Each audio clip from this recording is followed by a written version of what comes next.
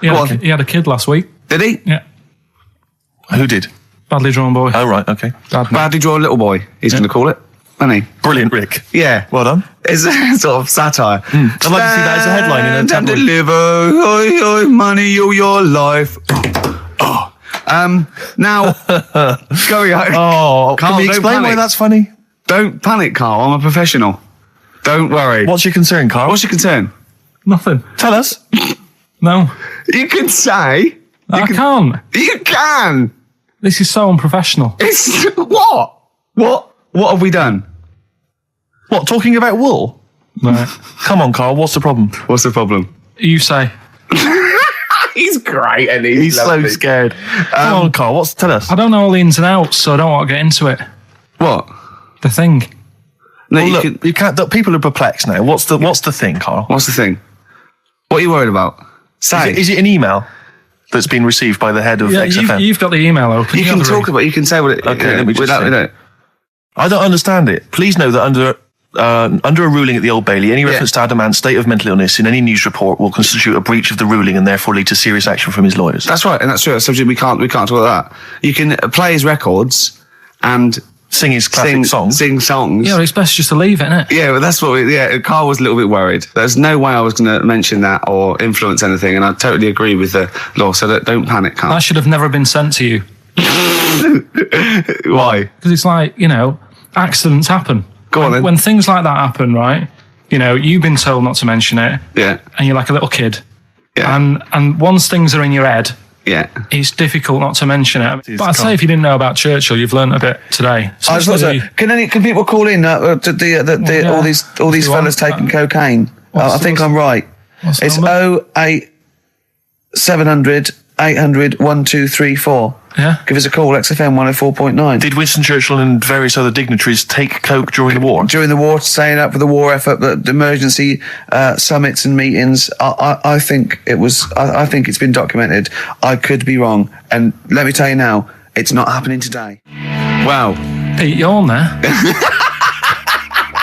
He's there, isn't he, to save me for Nancy. XFM 104.9. I'm Ricky Gervais, with me, Steve Merchant and Karl Pilkington. I'm getting excited now because we've had loads of calls and emails, not only backing me up, but going a little bit further. Apparently, Johnny Mango called in again. He's become our sort of official researcher on this show. There is evidence that Queen Victoria in Balmoral, with a young house guest, Winston Churchill, used to consume cocaine-filled lozenges.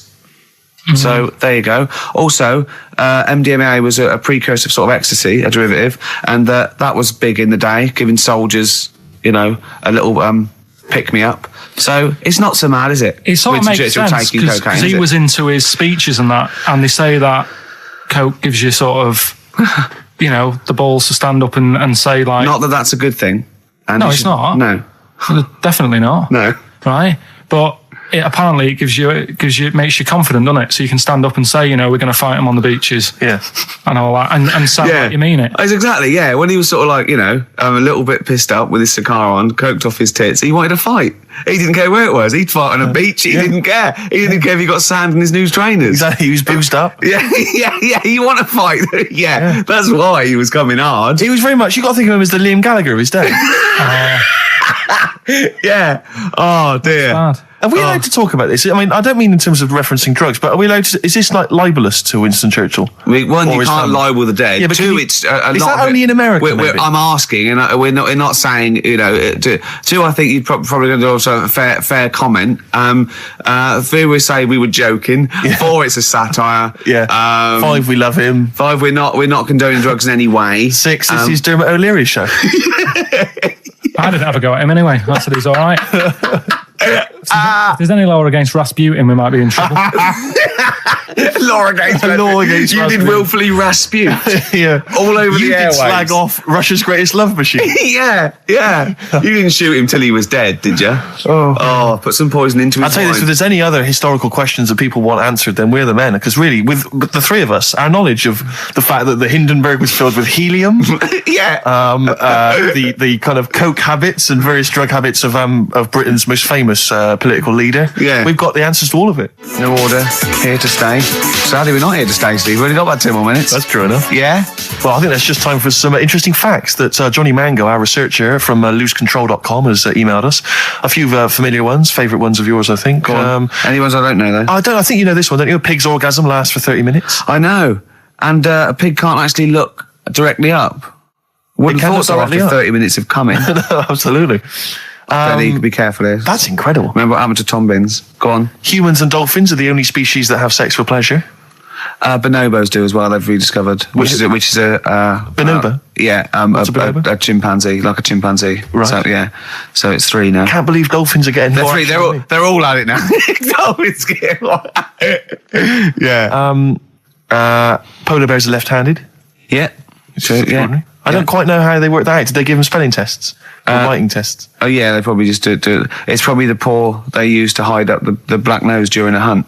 Of course, Yeah. of course. Some lions mate over 50 times a day. Yeah, not every day of the year. Okay, they don't do that every day. No. Okay, because again, I'm worried. No. I didn't think that dolphins. What day of the year do you do it 50 times? What is it? It's coming up to it. It's April, isn't it? You'd like to get out there. I have a special day, yeah. Yeah. Maybe we could coincide that with the balloon event. It'll just be me quietly humping in the corner. Volunteers, welcome to email now. And all the proceeds go to charity. If you are a desperate lioness. Exactly. Yeah. Butterflies taste with their feet. I didn't know that. Interesting. I didn't know that. That is interesting. But they don't eat much, do they? Because they only live a day. Good point. They wouldn't need to eat. An ostrich's eye is bigger than its brain. Yeah, I knew that. Yeah. That's extraordinary. That is, yeah. And the But Carl, how big are your eyes? cruel. Finally, I think we've discussed this before, haven't we? A cockroach will live 9 days without its head before it starves to death. Yeah, it's only because it can't get water and food. Yeah, it would be quite happy going around doing its normal things. Yeah. I mean, Probably to work. If you're just as good without your head as with your head, May as well not have a head. I don't see the point. Well, that was thanks to Johnny Mango there of, what's his website called? Who's turned into a sort of volunteered researcher. Yeah. He's very fast. Loosecontrol.com. Can I just say as well, we've had lots of emails from different people just saying they enjoy the show and offering little tidbits and things. Nick Wilson, Sarah and Lauren, Ken, Dan, Jane. She wanted some Ash. We didn't play Ash. Never mind. Lee, Jez, Derry. There's loads of people there. Well, I'm gonna, again, we were talking earlier about, you not caring about being like a geek or a freak or not trendy. No, I'm just saying. I am trendy, yeah. And I know, yeah. And I'm going to play a bit of an easy listening. I apologise to those people who still tune in and expect to hear 2 hours of new metal or Gorillaz. And this is a very old-fashioned, lovely tune. It's Bread. I hope you enjoy it. Ladies and gentlemen, please welcome to the stage, Bread. New Order and Here to Stay on XFM 104.9. Well, we're here to stay, aren't we, Steve? True enough. Well, for another 4 weeks anyway. Then we're off. Then That's 4 more right. shows. They'll have to order a new DJ. All right. That was genius. Hey? Oh, wow. I'm It's as simple as that. I'm Ricky Gervais, Steve Mitchell, and Oh. Karl Pilkington. Oh, man. Did anyone read the Guardian yesterday? It was Steve's big... we were interviewed together. I've never been interviewed before in the paper. I've certainly never had my photo in a national We were very paper excited. We loved the interview. It was talking about our top 10 albums between us. We loved it. We talked really fast, like school kids. We were excited. It was a great interview, and all the way through, it was Ricky Gervais with his writing partner, Steve Mitchell. Stephen Mitchell. It's He not was even gutted. Night Merchant. He phoned me up the night before and he was gutted. I know, it's awful. And it was big letters and just all the way through and the caption. And it's just like, oh, God. But it's embarrassing. Do you know what I mean? It's embarrassing because it's like I was trying to get in the paper. I couldn't believe my luck. And then that just draws attention to the fact that I'm not a celebrity and consequently they can't even remember my name. But the worst thing was that one of my favourite albums of all time, I said in there, was Blood on the Tracks by Bob Dylan. And I said, because, I think one of the most beautiful songs ever is If You See Her, Say Hello. And of course, these people were sort of transcribing it from, a dictaphone. It came out, my favourite song of all time was If You See a Sailor. If you see a sailor. Oh, hello. Fruity. Oh, Bob Drillboyd's up on the trap with Where's the Sailor Gone to? With Ricky Gervais and Steve Mitchellings. Oh, I don't know. They must have thought my name was Mitchell all along. They obviously never knew. The evidence is there. I don't know why. It was like they reported in the paper that we'd been nominated for a Sony, and it said Ricky Gervais, who hosts the breakfast show on XFM, and it's that sort of. It's just guessing. It's like presumably someone's gone, "Does he host the breakfast show?" And someone's gone, "Yeah." And that's their research done. Yeah, but there was a thing about The Office set in Swindon. That's someone going, I'm just writing an article about The Office. Where's it set? Swindon, I think. Is it? Yeah. Okay, that'll do. Yeah. Yeah. Even we research the show now and again, don't we? Yeah. Even we look things up. Well, actually, people phone in. Usually that fella. What's that fella's name that calls in who's not got the website? He's got a funny name. Oh. Gilwell or something. James. Phone in if you remember what his name is. Yeah. James at Lose Control. Yeah, what's his surname, though? Oh, for goodness sake, this is just going to be interesting to him and his friends. Oh, yeah. Oh, yeah. You remember? We better play another record. Yes. I'll tell you what. If Johnny you like, Mango. Mango, that's it, yeah. Now, if you like Elvis Costello's Alison, or maybe Freeze, My Brother Jake, One of my favourites. stay tuned. That's I Am Clute, a track called To You from the Teacher's soundtrack. That's also got, I noticed the Electric Soft Parade, The Hives, Star Sailor, Feeder, Turin Breaks, Mercury Rev on there. It's a good little collection. Lovely. Carl has just had confirmation. He's looking smug because someone phoned up and went, it is true. It's a Laogai chi worm and you wrap bacon around your head. That's all the bloke knew as well. Yeah. And his name was Gary. Yeah. So I'm not having it. No. And he said, see, that's why the Robin thing isn't so weird. He said, but when you said he tried it with cheese, he said, I was having none of it. He's got standards. Strokes, hard to explain. Like Carl, really. Yes. Yes. So, Carl, concentrate. You go on. So, we'll leave the worm with the bacon wrapped around the head, shall we? Well, if you're ever caught in the jungle, Yeah. Always carry some... bit of Danish.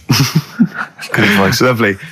The Flaming Lips and Race for the Prize. Just playing that rip for everyone who emails us in. We get a lot of emails every week, but obviously don't really respond to them because we're very lazy people. But we obviously appreciate it. And I play that particularly for Claire, who's emailed in saying her friend Sarah Prosser would like some Beatles. We're not going to play the Beatles this week, but Sarah apparently loves us more than words can express. More than Carl could express. Absolutely. I'm going to stop you there, Steve. You don't want an advert. Vines there, Steve, on XFM 104.9. I'm Ricky Gervais with me, Steve Merchant, and Karl Pilkington. Carl's getting very excited, as we all are, about his new... Should we let him do a little taster for us? Well, I'm very excited about it. I mean, so the gist of it, what is it? What is it exactly? Right. Is it a game show or is it a competition? It's just, I just thought it's something that, you can play and also people at home can take part in it. now, would they phone in about this, or they can just play at home while they're listening? They can just play at home. Okay. You mean we haven't got any prizes? No, there isn't. No, I think we could get him to phone in, maybe. Well, I don't know. Let's hear the game idea first. Yeah. Right, so it's music related. Okay. Good. And what I do is I sort of tell a little story. Okay. And that story makes up a song title. All right. Well, it sounds ambitious. So... is it a cryptic clue? Could be. Say like this, right? Oh, dearie me. Oh, dearie me. Say like this. Right. This woman, right, she's pregnant. You know the answer to this one, so don't be saying anything. This is just aimed at Steve. Okay. Right. This woman has a baby. Yeah. She's pregnant, has a baby, and the doctor's there in the hospital, going, "Oh yeah, you've got a lovely little baby." Oh, you told me that this is. Oh, this guy. Got a lovely little baby. It's just coming out now. You'll be able to see it in a minute, and it's like covered in gunk and stuff. Yeah. And he's going, "Yeah, it's nearly here. It's coming out. I see its little head and that." And he gets hold of it, and it's full of all this gunk. Right. The baby's full of gunk. Yeah, like the covered in gunk or full of gunk. Covered in it. Right. And he goes, "Here you go. Get hold of your baby," and he drops it. Right. What song's that? There's so much irrelevance there, Steve. I can't tell you. It's not a cryptic clue. It's not a cryptic clue because only, the gist of it is relevant. That isn't the best one. That's just right. I mean, there's things there that you were dwelling on and thinking of pun. Don't just go for gut instinct. What was it? What was that? Right. I just need to try and get the basics of this. There's a woman. She's pregnant. She has a baby. Yeah. The baby's covered in gunk. Yeah. Right. And because of the gunk, the doctor drops the baby. Yeah. And that's all I need to know. Yeah, that is all you need to know. Yeah. The pregnancy is largely irrelevant. Okay. What are the key elements? It's the birth and the doctor dropping it that are irrelevant. The relevant birth thing. and the dropping of the baby. Yeah. I've absolutely no idea. I can't even begin to guess. Think about what's happened here. Oh, Carl, she's had a baby. The doctor's trying to deliver it. He's saying it's a nice little baby you've got here. This is all irrelevant. Right, let me tell you this. So just to be fair to Steve, so he can get into your mind right? This is not a traditional cryptic clue, logical problem. This is Carl. What song am I thinking of? Right? That is Underworld, Born Slippy. I have to say, actually, that makes textbook sense. Yeah. No, that does actually. No, I'm sorry. Do you like all the story about it's all right, you can see it in a minute. Oh, it's just covered in gunk. Yeah. No, I agree there is some extraneous detail, but I have to say that Born was good because it was that's the look of it was. Born was good, yeah. And Born Slippy, no, I was quite impressed by that, Carl. I have to say, no, to be fair to you, I'm not just patronising you. Oh, well, wow. I actually think that was really good, and I disrespect Ricky Gervais for slagging that off, because I actually think that was quite good. Well, let's go ahead with it then. I feel we could maybe open this up to email correspondence or the let's phone go lines. for it then. Okay, this is Karl Pilkington's new game show idea. It's just what's the song? Karl Pilkington presents What's the Song? Ladies and gentlemen, please welcome to the stage Mr. Karl Pilkington. Okay, what's the song? Then? I'll tell you what, let's play a record. Let's come back after Give out the number ready for him. Well, you should make a note of this. You can email us. The email's up and running. ricky.gervais@xfm.co.uk. ricky.gervais@xfm.co.uk. What's the phone number, Carl? It's 08700 800 1234. Okay. 08700 800 1234. Make a note of that, and we'll have a game of what song is Carl thinking of after this next track. What do you want to play? What have you got lined up there? Continuing again, I've got old fogies who were good once, and I won't hear a thing said against the new kids out there. It's not all new metal, is it? True enough. This is Cat Stevens, a little known album, Mona Bone Jack On, and this one's called Trouble. It's a lovely song. Cat Stevens, Trouble, from Mona Bone Jack On.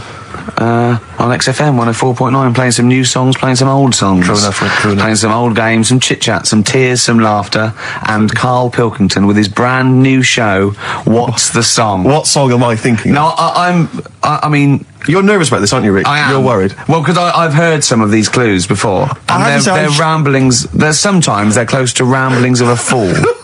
Right, and it really is like those. What am I thinking? Yeah. I don't know though. I actually was genuinely impressed by Born Sleepy. I have to give him the benefit. That's one of the better ones because that was short, sweet, and it worked. Some of these you say they're not going to be quite as pissy. Some of them are like Emily Bronte novels. Now listen. We're just going to go for it then. You do it, and we just get people to call up because I want to see the general public's confusion trying to work out. Why don't you give us your next clue, and then we'll play a track, and then we'll hopefully have people on the line after the track to try and answer it, and you can recap briefly. So give us your clue now for what song am I thinking of? Right, this one. It's about a woman. And she's just normal, nothing wrong with her, or so she thinks, right? But there's the twist. Is this like the Tales of the Unexpected? And she's got she's got her mates and she's having a normal life, having a good time and that. And then this thing happens, right? And she starts to stink. And she can't have a bath, right? And she really wants to have a bath. She's dead sweaty and stuff. She's going about her daily stuff. She can do everything else normal. She can eat, she can talk, everything. But for some reason, she can't have a bath. Is there a coal mining husband in the bath?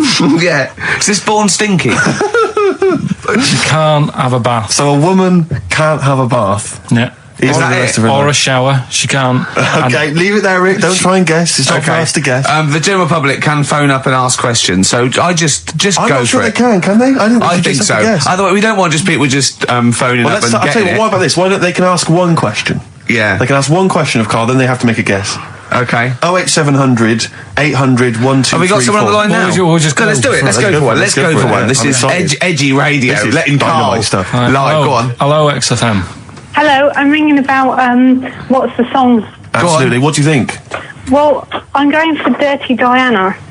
Dirty Diana. See, that works. That's a great guess. It does. Yeah, but it doesn't work because why can't she have a bath? Okay, so the answer is in there. I was going to ask you. Well, that's your one question. That'd be the answer. That would be the answer, I'm afraid. What was your name? Shelley, thanks very much. Shelley, I should tell you that, that you should never take this personally because no one can really get into the mind of Carl. So don't beat yourself up about this. I don't expect anyone to get these clues. No. So well done. That is a fine guess. Thank you. Thank you. Okay. Anyone else there? Let's hello, XFM. Who's that on the line? It's Chris. Hello, Chris. A question for Carl? Before you give us your guess? I haven't thought of a really good question or anything yet. You just want to go for the guess? No, what I thought was, I'm sure Simon Mayo used to do this when he did the breakfast show on Radio 1 years ago. No, he didn't. So you've just pinched this idea, Carl? If you're going to rip someone off, Carl, do not rip off Simon Mayo. I haven't ripped this off. I thought this was a new idea. I was going to do it with sound effects instead, but that's he used to do that, and he used to get his team to play other characters. In the You idiot. Well, no, hang on. Not you, Chris. I'm saying you idiot to Carl. Yeah, but nothing's new anyway, is it? So I'm not getting annoyed about it. Very true. What do you think the answer is? Is it Cornflake Girl by Tori Amos? Good answer. She couldn't have a bath because she'd go all Go floppy sloppy and and that. then go down the plug hole. Good answer. She's all soggy. Yeah. So It's you not, know is it what- Cornflake Girl? No, it's not, but That's a great answer. It could have been. All right. Okay. You're already seeing the error of this, aren't you? I think this is great radio. I'm know. really hooked on this. I'm But genuinely excited This now. is really like that. Those so-called lateral thinkers. A man got into a field and dies. Why? Yeah. He ran out of air. No, Yeah. not the one I'm thinking He was of. shot. No, yeah, That was a good answer, Well, but couldn't like Simon Mayo sue you or something for doing it? Will you stop? Don't mention that. Yeah. Listen, I think if you're going to steal ideas from someone, it should be a brain box like Mayo. I mean, he's the man who's The doing only it. example of one I can ever remember here on his show, because I was quite young then, was some people were pretending to like tap someone's phone or something, and then they got caught, and the answer was just bugging by whistle, because they were Genius. That was absolute genius. That's Yeah. absolute genius. See, Chris, we're Carl, I don't know if that's the Carl's sort of ever standard done you've got to that. come up against. Yeah. Thanks very much, Chris. the phone lines are hot. hello, XFM. Hi, is it Candy Perfume Girl? Is it what? Candy Perfume Girl. Candy Perfume Girl? Yeah, Candy Perfume Girl. Is it? Well, who's that by? Madonna. No, it's That sounds like an obscure album track. No, Wow. it's one of her songs. just That think is it. about it. She stinks and everything. She's a normal life. I didn't say she was a sweet or anything. But for some reason she can't have a bath or Is a this shower. a big song? Just to give him a clue. Is It's a bigger song than Candy Sweet Girl. Thank you very much indeed for your guess. It clearly is Thank right. you. Cheers, sorry. Okay, one more, then we go to a record. Come on. Okay. Go on, hello XFM. Carl, Yeah. is it High and Dry by Radiohead? High and dry. High and dry. Now that's great. She smells, which is another word for high. She's dry because she doesn't have a shower. Carl, if it isn't that, yours will never be as good as that. He's the winner. Whatever you're thinking of, that clue is brilliant. What's your name, mate? It's Richie. Richard. I mean, you can't beat that. That's a bit too lateral. Don't be stupid. It's perfect. He's made yours into a clever clue. He's made high, she smells, dry, she never gets in the bath or shower. It's not that, is it, Carl? No, it's You not. don't even get that, do you? Not Have really. have you ever heard of the word high being used to mean sort of smelly? No. No. Oh, what? That was where you went wrong there, mate. Richard, I'm declaring you the winner, even though that isn't the I answer. don't think Thank we you. should give up this early. Can we Rick. just What? let's play a song and, Let's play a and song. give it one more chance, because Yeah. if people think about it, it is really easy. I'm not going to find out the answer now because I've got to go out. Okay, we'll do it very quickly. Stay in for 10 minutes. We're just going to play a new Coldplay track out. Okay, let's hear Brilliant. Coldplay and then we'll come Cheers. back with this. Coldplay, One I Love. That's for Nick, Neil, Olivia in Tower Bridge. Absolutely, and also Nikki from Bromley who emailed in. She's enjoying the show and she wanted a bit of Coldplay. That's the B-side of the current single. This is In a My great Place. show, isn't it? We've got great music, we've Great got music. laughs, tears, we've got requests, we've got Simon Mayo games. It's a bit. It's just like Radio 1 for less Exactly. people. Exactly. Radio 1 for less people. This is great, isn't it? So go on. So then. listen, Guy, you were so excited about this game, weren't you, earlier? You came in with a But I hop, knew it skip would and a leap in fall your flat. step. Although I must say the phones are going mental. We're going to have to take This some is more it, no, calls. people love I mean, Carl. High and Dry is great. I mean, it works. That's Let's it. have a- Can't- can we have a very quick Just to recap in case someone's just yeah, joined in. quick Can you recap. make it so High and Dry doesn't work now? Give us a bit of information that makes it different to High and Dry, or can't So you for those that do have just tuned in, Carl describes in a roundabout way a story which somehow is representative of a song. Is that song right? title. A song title. Yeah. Okay. So this woman, she's all right. You know, she has a normal life, Pretty much. kind of. Yeah. There's probably a few things actually that she can't do thinking about it. But the main problem would be having a wash or having a bath or having a shower. Yeah. Maybe going for a swim thinking about it. Right. Let's go. I think water is the clue, isn't it? That's the clue. All right, so Who's that on the line? Hi there, it's Mark. Hello, Mark. Hi, Mark. Right, What do if you it think? smells like Teen Spirit, Nirvana. No, it's not. That's a great guess. Smells like Teen Spirit again. He's also No. brilliant. Thank you, Mark. Well done. No, it's not that. All right. Hello, XFM. Oh, that's a dodgy mobile. Oh, that's a bit of a clue. Hello, XFM. Oh, they've just given up. They've all been going for Smells Like Teen Spirit. They just hung up. Hello, XFM. Hi, is it She's Electric? Excellent. She's Electric. It makes sense. That's fantastic. Oasis, Carl. She's Electric. Why does she smell? Because she doesn't have a bath and that. Because she can't have a bath or a shower. What's your name? Neil. Neil got it. Neil got it. So, did you get it straight away? No, only during the song. A process of elimination from all the other wrong answers. Yeah, basically. So, She's Electric. Rick, I have to say, you're holding your head in your hands, and it looks like you want to shoot off. But I have to say, I thought that was quite good. I genuinely thought that was quite good. But it's not a cryptic clue, is it? Because it's not. She smells. There's a few things you can't do. She's electric. yeah, but do you understand what I'm getting at? She's electric. I always understand what you're getting at, Carl. That's never been a problem in the years I've known you. Neil got it. Yeah. I have to say, Rick, I think you're down on this idea. I could definitely see that. ITV1 replacing I'm a Celebrity, Get Me Out of Here. Karl Pilkington hosting. Simon Mayo on the phone Exactly. to the lawyers. Well, Neil, there's no prizes or anything, but well done. Well done. That was well worth it. Right. Well, you go away with the award in the knowledge that you've beaten Carl. Yeah. You can secure the knowledge that you thought how Carl does. Absolutely. Well done, Neil. I have to say, I think you're being harsh on him. I think that's a great game. All right, let's do it again next week. I then. thought that was a great game. Yeah. Brilliant. Well Play done, record. Carl. Play record. What do you want to play? Oh, I tell you, we've been playing some oldies, Rick, and I've enjoyed them all. But I think I've been in love with this song for many, many years. And when I saw it, reminded of it in Con Air, the film Con Air. Remember, they stick it on in Con Air, and it's just dynamite. Lynyrd Skynyrd. I love this. Sweet Home Alabama. Oh, play turn it. this up. Crank it up. Turn it up. Sweet Home Alabama. Lynyrd Skynyrd.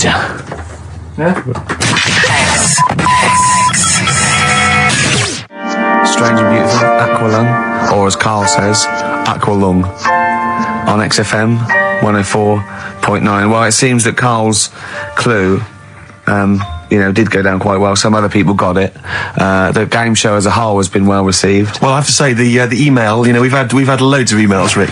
We've had let me just count 2. Yeah. And one of them was aimed at Simon Mayo. Came to us by mistake. They thought they were listening to Mayo. Yeah. And the other is saying Carl, they love the game show. Radio 1 with less people. Yeah.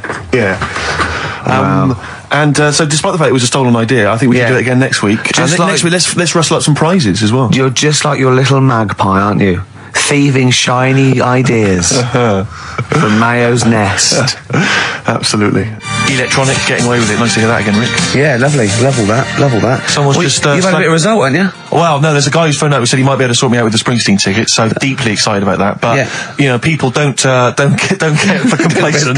He might not be able to... Steve demands a lot of hard work. Well, he might not be able to sort it out. He's going to make some calls, but if he can't, then, keep calling or emailing ricky.gervais. You'll be taking me, won't you? Because after that rant about me not taking you. Well, you're welcome to go. I mean, if you told me that before, I probably could have blagged some using your name. If you let me do that, I could have phoned out the promoter. I'm calling on behalf of Ricky Gervais, BAFTA winner. Dear. He'd have probably sorted me right out. But yeah, no, I mean, we joking aside, it is quite serious.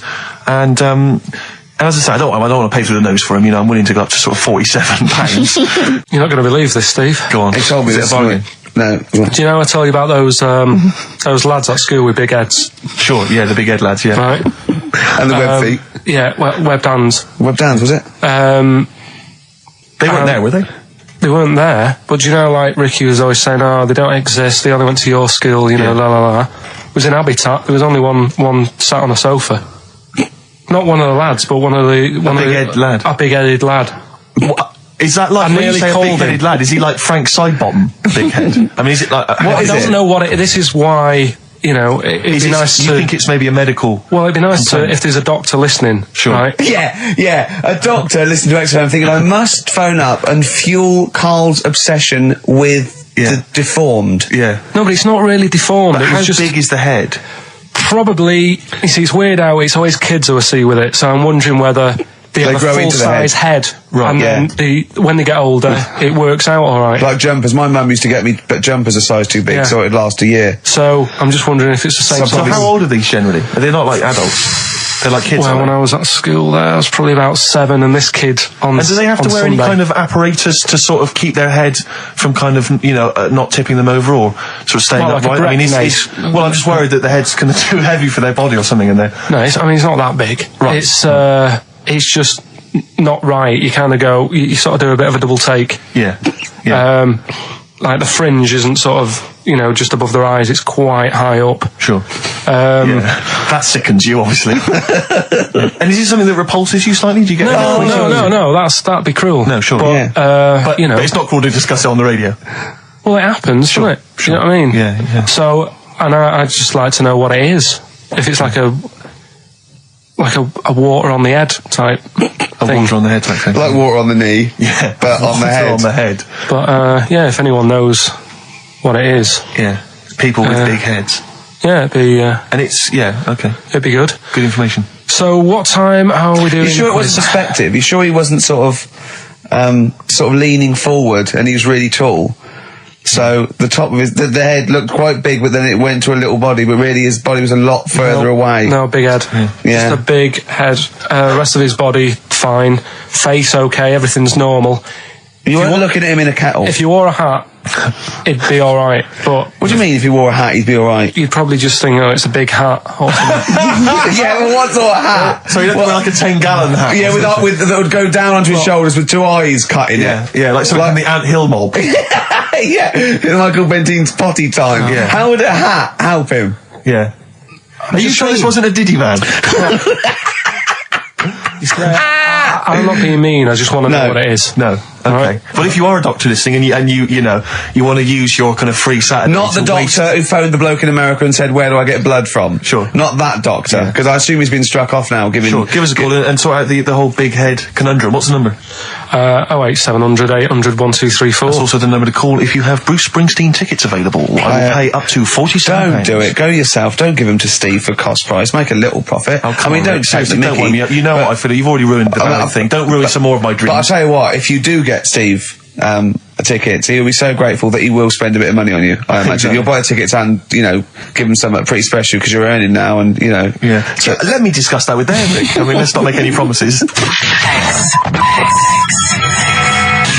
So, yeah, you're in the middle of a phone call there, aren't you?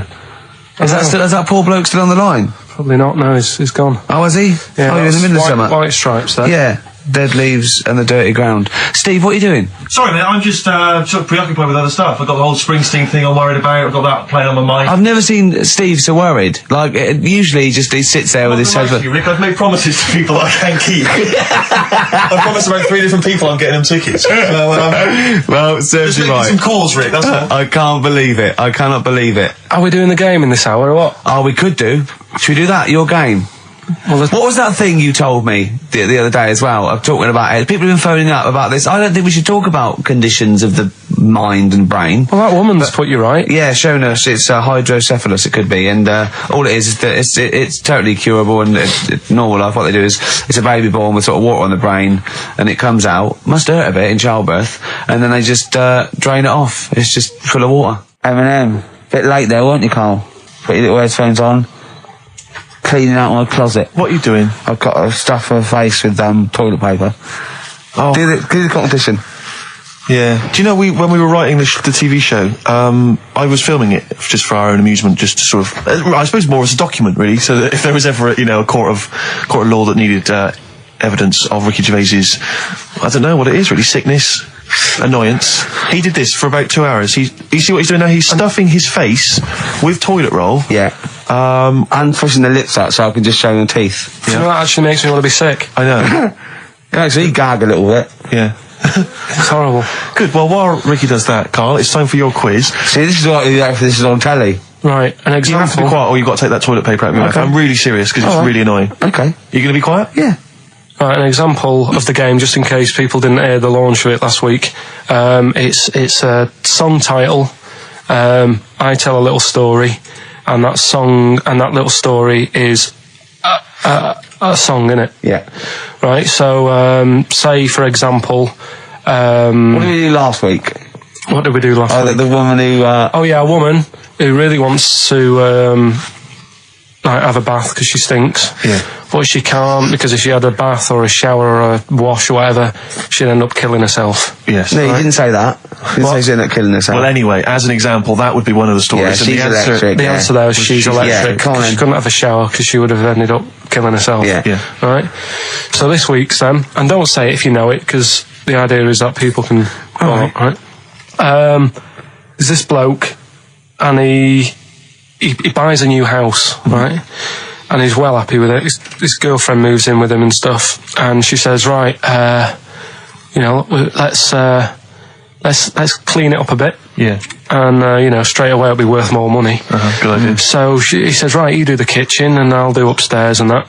She's stripping the kitchen down and he goes upstairs and he's in the bedroom and notices little hole to the attic. Oh, right, brilliant. Right? So he goes, I wonder how much room's up there. I've never weighed it up. So he goes up there and it's all like dusty and a mess. And he goes, this could make a good bedroom, this. So he starts cleaning it all out, puts all the rubbish, bins the rubbish straight away, and there's little boxes with bits in that don't belong to him. So I wonder what's in here, right? So he opens one of the boxes, it's like a little lamp. Oh, right. He goes, this might be worth a few quid, right? And he rubs it. Magic lamp. And all the room goes all sparkly and stuff. And he goes, oh, what's going on? And then this fella appears, right? In a nice sort of pair of 501s. Right. And he says, what do you want? I know it already. So all the first bit is irrelevant. Yeah, but it's about building the story, isn't it? So don't say anything. You think you know it. Steve, do you know it? I don't. So I just quickly recap the end there. I almost missed the end. So there you go. He's in the attic, right? His missus is still downstairs. She's not up there. Okay. Right? He's on his own. And he cleans this lamp, right? And this fella appears out of all this smoke and he's wearing a nice pair of 501s and he's wearing a shirt. And there you go. What's the song? What song are you thinking of? The lines are going mental. Because it's so easy. Let's play a record, Carl. We'll come back and we'll find out if anyone's got that right. That's a great one, Carl. Really. Right. Did you just come up with that? Literally in the last 10 minutes. Genius. This is genius. Definitely. I mean, if those calls aren't from major TV companies, I don't know. Dynamite stuff. A lot of them are, what's his name's lawyer? Simon Mayer. Simon Mayer. That's my favourite thing I've done for years. Yeah, not bad. That's great. Back to form there. So, okay, line. The lines are going mental just because it's easy. Go on then. So I think first one to get it. The first one to get it, but... Well, it's not that though, Rick. I mean, Carl has just decided to revise the actual rules of the competition. Yeah. So that, we've decided, is very easy. So that's now a qualifier. And so then they have to answer one live. Exactly. So whoever gets that one right can play Is it for a quick big money. one as well? Because some people will lose the will to live. Yeah. Just cut to the chase. And because they've got to qualify now, we're throwing an Office DVD that aren't You'll ready sign yet. that, won't you? Yeah. Yeah. No. That increases value by 42 pence. Right, go on. We'll just go live, yeah? Hello, XFM. Yeah, hi, how's it going? Not too bad. Not too bad. Listen, A very, very quick recap, Carl, if you will, please, for the people listening. Very quick. Right. A man ends up in a loft. Man's, after moving into this house and that, he's in the loft and he's tidying up. His missus is downstairs doing the kitchen because that needed doing. He's up there, he's cleaning up, emptying the boxes. He finds a little... He rubs a lamp, a fella comes out wearing 501s. What's the song? What's the song, mate? are you talking to me? Yeah, sorry, yeah. Oh, look, I'm sitting in this bar, right? I'm not ringing up relating to anything that's going on right now. I'm after one of these armbands to go and meet Bowie on Monday. Can you help me out? What? What? Piss off. You can't say that to our public. Yes, I can. What I can't bear is people begging, Rick, on the radio. You know, I can't bear it. Is that the Australian People bloke just who's got the Bruce scrounging Springsteen for tickets? Hello, XFM. Hello. Hello. Are you phoning up for an armband? No. No. Okay, great. Gene Genie, of course it is. Well done. Well done. Right, what's so your name? Everyone else can ring off now because this. Well, she might not take the challenge. What's your name? Hello. What's your name? Christina. Christina. Right, do you want to take on the challenge? Yeah. Yeah?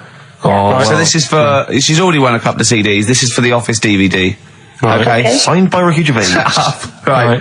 So Go on then. this is the same game again, but we're doing it live. Right? Okay. So Good this luck. is a song title. Right? There's this insect. I'm loving it already. Right? Yeah. And it's in its little like nest. And all the other insects, all its mates and that, are really like working, they're grafting hard, they're tidying up. Some of them are going out getting the food. Some of them have even got heads, they're still working. Some of them are like, you know, rushing around. But there's this one insect who's just sat there with its feet up. And it's like, you know, just doing nothing. And it's annoying all the other ones, but it's sat The there. Ricky Gervais bug. And it's sat there doing nothing, having a little like fag and that. What's the song? I don't know. Oh my God, I'm brainless. Hold on, I don't know this either. So, obviously it's a type of insect, that's why you've avoided saying what it is. So it's something like lazy ant, lazy bee. Well, we should throw it back open to the public. Oh, no, and I hope this poor woman has called in and now got a stupid one. But Christina's lost it now, She's hasn't lost it. No, she's blown it, Rick. Oh, Sorry, you it's gotta only be because cool. you changed I the don't have a rules DVD halfway through. player Anyway. She hasn't got a DVD player, so she's not bothered. Okay, alright. Cheers, Cheers then, Christine. Christina. Bye. See you later. So we can throw that back out then, can we? Well, I don't know. Is there anyone on the phone?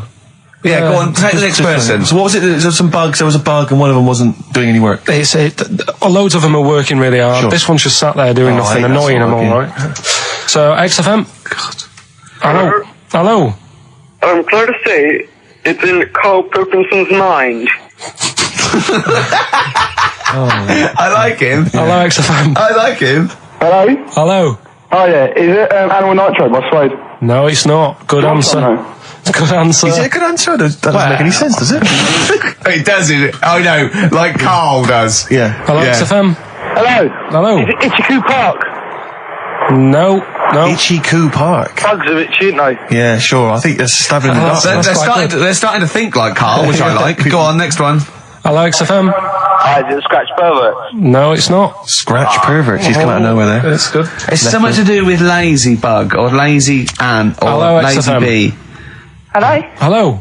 Hi, is it Beetlebum? Excellent. Beetle Bum, of course. Beetle Bum by Blur. Sat around doing nothing. It's right, bum. Oh, okay. So I don't win anything now? Well done. No, you don't. Yes, No. she does. She wins the Office DVD. Take her name and address. By Ricky Gervais. She doesn't, because she didn't do the qualifier. She knew it was Gene Genie. Oh, Carl, let someone win some. It's painful enough listening to you for 10 minutes. Lads, can we give just away calm down some for a moment? things? Lads, can we just come down for a moment? Once again, I just draw you to my point at the top of the show. When you were pissing about outside in the office, we could have been working through this. Yeah. We could have been figuring out the rules. What's her name? We could Who's have had that? maybe some Who's music, that? some jingles. Who's that? Who's that? What's your name again? Can we do this off air? Let's play a record. Yeah, no, he's not going to give her an address out. We're rubbish. This aren't we? is so rubbish. We are really So So rubbish. what's your name? D. D? D. Right, okay, well, play a record and we'll get your address, D, and we'll send you some stuff. Thank you. Well, I think you should come in an hour early. We should sort this stuff out. This is what I've been saying all along. I've been saying we should come in, do a I've bit of got preparation. things to do. Simon Mayo used to come in early. That was why He he's didn't have to sleep and eat breakfast. We had an email from Glenn and Sharon, and Sharon was rushed into hospital last week, and they wanted us to play something for her. She's back now, and she's okay. But anyway, they always listen to the show. They're big fans. They asked for some Nick Drake. I'll play some Nick Drake next time. But instead, I thought we could play a classic Dylan track. I know you're a big fan of Dylan. Yeah. Just Like a Woman. It's just beautiful, and that's my song for the ladies. We won't see you next week. Ricky's away, but there should be a hilarious compilation of all our best moments. I look forward to that. Sweet Thing. David Bowie. Beautiful. Amazing, off Diamond Dogs. Absolutely. We went to see him in the week, didn't we? We did indeed, yeah. This little Very exclusive tiny gig. little gig, 100 people. Amazing. Yeah. Yeah, lovely to see him. Yeah, lovely to see him again. Lovely to see Dave again. Yeah. No, he's looking good. He looks great, doesn't he? He was. Yeah. Was he bisexual? Sorry, I don't know why I brought that up. Sorry, at the gig? No. It's just a fact because I know he's married now, isn't he, with a kid and stuff. Yeah. But there was some sort of. Oh, I think possibly. I don't know. I wouldn't want to. These pop stars, they dabble with anything, don't they? I suppose. Try anything once, don't they? These rock and roll stars. But yeah. So if anyone knows the truth behind Yeah, sumo, well, how does sumo begin? Because that's what I've never understood how it began as a sport, because it's. Do you know what I mean? Because they are so huge. Well, I that reckon it's not. I reckon it was a fat bloke who was picking on a little skinny bloke, and the skinny bloke knew kung fu and so he goes, right, let's fight. And the fat bloke, no punching. Yeah. And what do you mean? He went, it's just leaning against each other. Yeah. And they went, well, you're bound to win. And they went, right, I've won. And went, Yeah. bloke, okay. Yeah. And that's how it started. And the fat He bloke grabbed him. Are you wearing a nappy? Well, I'm pretty big, I'm having problems. I can't wipe my I ass. can't wear a tuxedo. I just can't. Exactly. I just, that's the next step for John, who's been banned wearing a thong in public. But seriously, if anyone knows how Sumo began, I'm genuinely interested. Email maybe ricky.gervais@xfm.co.uk. Just as Carl, what are your thoughts? Where do you think it began? Because don't you think it's an odd sport? I mean, it is a weird. They've always got nice hair. They seem to care about the hair a bit. Sure. So he's sort of nicely pinned back. Yeah. Are you ever asked when people are doing Sharma's Britain, or people are doing like big historical programs. They say, well, we'll ask Karl about this. He might have an opinion. Yeah. They've got. I'd like to see you as a pundit, definitely, on those kind of on Newsnight. It's just that I think it's a funny one because the whole idea of sport is to keep fit. Yeah. And that's sort of. It's a bit of an odd one, isn't it? All Along the Watchtower there by Jimi Hendrix. Beautiful. Can I just say straight away, Rick, before you carry on, we've had some people emailing in about the origins of sumo wrestling. Yeah. But they've sort of cut and pasted a huge ream of information from the web. Thanks very much, but we need bullet points, or not. Don't bother. You're wasting our time, frankly, with any too many sentences, proper grammar. We're talking about Ricky Gervais here. Yeah. So not that I'd read the bullet points either. You'd read them too. Exactly. But your concentration would lapse so quickly that it just needs to be keywords. Arse, sumo, things like that. Yes, arse wipe. Yes, arse wipe sumo. Correct. Yeah, or maybe even a picture of someone wiping an arse with a tip next to it. If you could get words out. If you could send through the origins of sumo wrestling in sort of diagram or sketch form, or in a kind of comic book, or one of those flick books. You just maybe draw a quick flick book, send that in. But thank you very much. Thanks for thinking of us. Someday, XFM 104.9, Ricky Gervais. Lads, can I just stop you there straight away? Because the record finished before we'd finished chatting about what we're going to do next. We're going to do Carl's stupid competition again. We're just trying to get the. I think that. What are the rules? Right, because last week it was a shambles. Rick. I know it was too easy. That's the week before, I should say. I think people should phone up now and be held in the queue, and then he should have the clue. Otherwise, because people are just phone up when they know the answer or not. But how is that entertaining to the listener? That's what I'm going to throw back at you straight away. I don't think this is entertaining at all. I just think people might want to talk to Karl for just a split second. The way we'll do it, right? Yeah. Right. This is me roll here, right? This is the way we're going to do it. Right. We're going to say if you want to win The Office on VHS, right? Yeah. You can call Don't it now. say it like that. It's a rubbish prize. There is some. If you get the DVD, there's some special frottage. All right, so it's impressive. Right. So they call up now on 08 700 800 1234. Right. Yeah. We bung on a bit of Elton John in a bit. Right. We line up two callers. Look forward to that. It's a beautiful track. Yeah. We line up two callers. Yeah. Right. And then we have them on the air, and we say, right, I'm going to tell you the little story. You've got to tell me what song it is. And they're playing against each other. Well, could they be up at the same time then, so they can speak at the same time? Yeah, of course, yeah. But how can they play against each other? Because they haven't got buzzers. It's the first one. They can say the name. They can shout the name, and it's organised. And they've got as many goes as they want. No, I think they should have one go at a time, and then the other person can have a go, and then they can have another go. Yeah, it's like duelling. And if they don't win, no one wins this week. We're not giving away prizes willy nilly. Sure. We can give one away next week again. Because The Office is not costing us anything. Because we were involved. We can get as many copies as you want of that. I like Seriously. it. I like it when we got them coming out of our. Do you think the listeners are usually in on sort of board meetings like this? Or do you I said this before, guys. I said before we should do this off air, but you refused to chat. Imagine Chris Town going, hold on, what? They can. What do they do? They can phone a friend. They just phone a friend. Look, come down. Right, okay. Look, we haven't got this. We've got this sorted. Phone up now. We'll play some adverts. Phone up now. Yeah. Right, so that's the plan then. Okay, we're going to have a beautiful track here. Continuing our... Wait, whoa, hold on, wait. Steve. Go on. Right, I've said your name 5 times now. I don't need to mention you at all next week. Right, we're going to play Elton John, continuing our sort of thing of don't diss them just because they're old and bald now. Yeah. They used to be good. This is a beautiful track. I dissed him, didn't I? Yeah. Called Tiny Dance. So we're going to enjoy that. Yeah. Enjoy that. Enjoy that. And then, if not now, show. Steve, what were you going to say? Thanks for asking. I was just going to say, what should the audience be doing now? If they're listening at home, they want to play the game, what should they be doing, Karl? Should they be phoning you now? Say the phone number again. They should be ringing 08 700 800 1234. 08 700 800 1234. And 2 lucky contestants get to play your game. Yeah, what's the song? What's the song that Karl's thinking? Could I give you a clue when you call up? you've got more chance of playing if you don't sound like a mentalist. Exactly. Most of the people that phone sound a bit like Carl. We're not interested. We don't want those No. sort of people. Yeah. We want people who can, you know, who are maybe eloquent. Why you watch me in my pants? Elton John, Tiny Dancer. What Beautiful. a great track. Oh, that's that is. magnificent. Well, we've got... despite Carl's actions, you should have seen Carl. It was like squiddly diddly. His arms and legs there. He'd have been better with feet, I'll tell you. He didn't know what he was doing. We were getting angry. At one point, he went, we get a man and a woman. And he, bloke phones up. He goes, are you a bloke? Bloke goes, yeah. He goes, hold on. And then another bloke goes, you're a bloke. We wanted a woman. And the bloke said, he goes, put the woman on. She came on, he went, are you the woman? It's the way he speaks to people. So who have we got on the line? Here's the woman. It's the woman. Hello. Hello, Hi, what's your name? Sarah. Sarah. Okay, right. Steve, you want to be rooting for this? Well, I think we should. It seems to me because you may need some help because obviously Carl's mind is a viper's nest. Yeah. It's a jungle in there. Yeah. So you know, if you want to call anyone at any point, maybe you've got some questions you want to just consult or confer, then I'll be on your side. You're like her phone a friend. Exactly. I'm the phone a friend. I'm the ask the audience. Who's the bloke? Here's the bloke. It's Owen. Owen. Okay, I'll be helping you out should you need any help or clues as insight into Carl's mind. I must tell you though, we don't know what Carl's going to come up with now either. No. we keep it real like this. I should just say for people who've not heard the show before, this is where Carl now will tell us a cryptic story.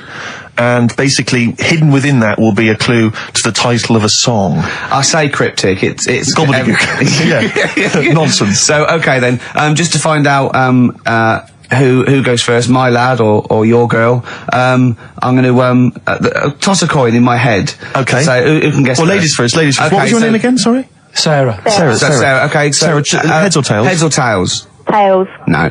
Right, my lad will go first. Okay, then. so what this means is, when he's finished the cryptic clue, you, Owen, will get to guess first, but if you get it wrong, it goes over to Sarah, and then back and forth until hopefully one of you gets it right. Okay. We could be here for some time. Yeah. Right, and what are we playing for here? Of DVD or video of The Office? Whatever we can Whatever find. you've got, whatever format you've got. Yeah. Okay then. Brilliant. Okay, Carl, go. Right, so here we go. So then, it's right? the name of a song we're looking for. Brilliant. Right, this bloke, he's had a good night out at the Yeah. pub. Right. This is probably all irrelevant. Remember that, Owen. This could all be irrelevant. Yeah. Okay, right, so he's had a good night out with his mates and that, and he's really enjoyed himself, and he's on his way home, and it's just like any ordinary night, right? Everything's just normal. He's seen the same people leaving the pub, going home, and he's like, see you tomorrow night. I'll be out tomorrow, 7:30 and what have you, and they're on the way home, and it's a nice night. Everything's nice, and he's walking home, and he sees this sort of smoke coming out of a grid. Right? Some smoke coming out of a grid. Yeah, a bit of like smoke, and he thinks, what's that? Right? And this is what's weird, because it's like any other normal night, but this time smoke coming out of the grid, and he goes over to it, and he can hear some moaning. Right? It's like, ooh. So he thinks this isn't right. So he stands over the grid, and he's looking down, and he can't see anything. So he lifts the grid up. Right? Do you mean a grill? No, a grid. You know, like a grid in the street. What? Yeah, he Not needs really. a grill. A grill. He needs a grill. Okay. Okay. And he lifts it off, and he's looking in, and like more smoke's coming out, and he can hear the moaning getting louder, and then this little demon pops his head out. Oh. Right? Bloody demons. And he goes, are you alright? Yeah. And the little demon goes, oh, I'm hurting. And he goes, what do you mean you're hurting? He said, oh, it's dead hot down there, you know. And it's weird, because he works it out that it's like come from hell. Right? Yes. And he's going, oh, I'm all hot and burning, and all his skin's sort of really red raw because of all the flames in hell and stuff. So he goes, oh, he said, I tell you what, I'll take you to the doctors. And the little demon's like, what, you'll do that for me? And he goes, yeah, I'll do that. And he takes him to the doctors. What's the song? That was Ricky Gervais on XFM. It's 3 o'clock now. We're going over to Natasha. Thanks very much. See you next week. Bye. Man, that was quite a long story. Ooh. Is Owen and Sarah still there? Yeah. Have you dozed off? You're still with us? Okay, Owen. Any clues? No, not yet. I haven't got a clue. I have no idea. Can I think out loud with Owen, do you think? No, I think Owen needs to at least have a guess before Go on, have we a can- guess, Owen. Smoke on the water. No. Well, it's not, is it? So, Not gonna be that. okay. Over to Sarah, you. what do you think? Bat out of hell. It's a good guess. No, It's not right. Not right. Right, Carl, you'd have to give him a little clue. Well, think about the little fella. Think about the little demon. Yeah, Okay. there's the clue. Brilliant. Thanks for that. Where did I say he came from? Highway to Hell. On the right, along the right lines, but not the right song. Back to Sarah. Stairway to Heaven. Carl, if this is rubbish, I'm never working with you again. If this doesn't work... What do you mean, if this is Right. rubbish? Right, okay, take the main bit of the story. What's happening? We don't know what What's the main bit of the is. story? It took 30 minutes. The grid. There's the grid. We got the grid, the yeah. smoke. What's he done? How did the story end? He went to the doctor. He went to the doctor. That's He the went to clue. the doctor. Who did he set to the doctor? He went to The little demon fella. Why did he do that? Sarah, 'cause come he- on, that's a big clue. Right, why did... Sarah, come on, let's think about this. Why would he take a little burnt demon to... Was he burnt? He was burnt, wasn't he? He's from hell. Yeah. All the flames and that, and all his skin was Hell. really raw, and he was moaning in pain. And the little fella goes, "Yeah, I am on the way home. My tea's going to be in the oven and everything, but do you know what? I'm going to take you to the doctors and sort you out." Sick. Doctors. Doctors. Oh, God. Is there anyone you got there in the house who could maybe help you? Like a sort of 8-year-old child? yeah. Yeah, an alien. Yeah. I've got a 3-month-old baby. He probably talks more sense. Yeah. Not than you. Than Carl, we mean.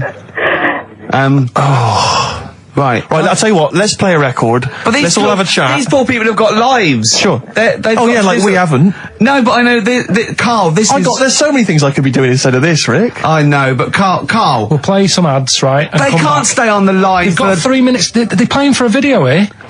They've got 3 minutes to think about it. Is that all right with you? Okay. Yeah, and is that all right, Owen? Yep. Sorted. Right. Please try and guess this, because Carl's threatening to roll it over to next week. Oh. I know. I don't want to live a week trying to think of a little burnt devil in a grid, as he calls it. Right. Devil in a grid. Devil in a grid Devil in by a grid. excess. Smoky devil. Oh, God. Oh, burnt devil grid. Sarah, any... Grid? What's a grid? Any He means idea? a grill. He means the little thing in the smoke.